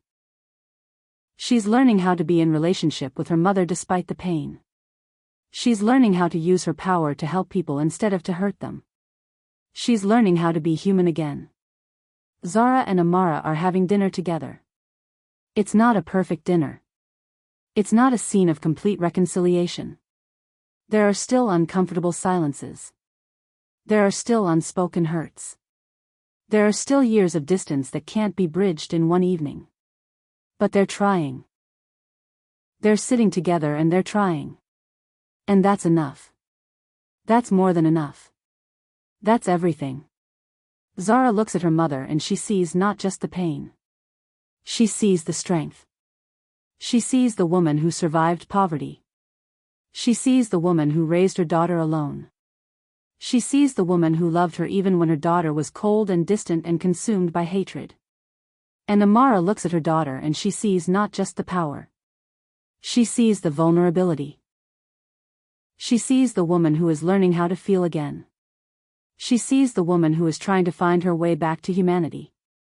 She sees her daughter, finally, after so many years of being separated by trauma and rage. This is where the story ends. But it's not an ending. It's a new beginning. The question is, will Zara continue to heal? Will her relationship with her mother continue to improve, or will the trauma between them always keep them separated? Will she use her power to help others, or will she eventually fall back into the patterns that consumed her? Will she find peace, or will she spend the rest of her life trying to outrun her past? These are questions that don't have answers. These are questions that each of us has to answer for ourselves. Because trauma doesn't have a timeline. Healing doesn't have a finishing line. Life doesn't have a perfect ending. What we have is the choice, every day, to do better. To be better. To try harder. To reach for the people we love even when it's terrifying.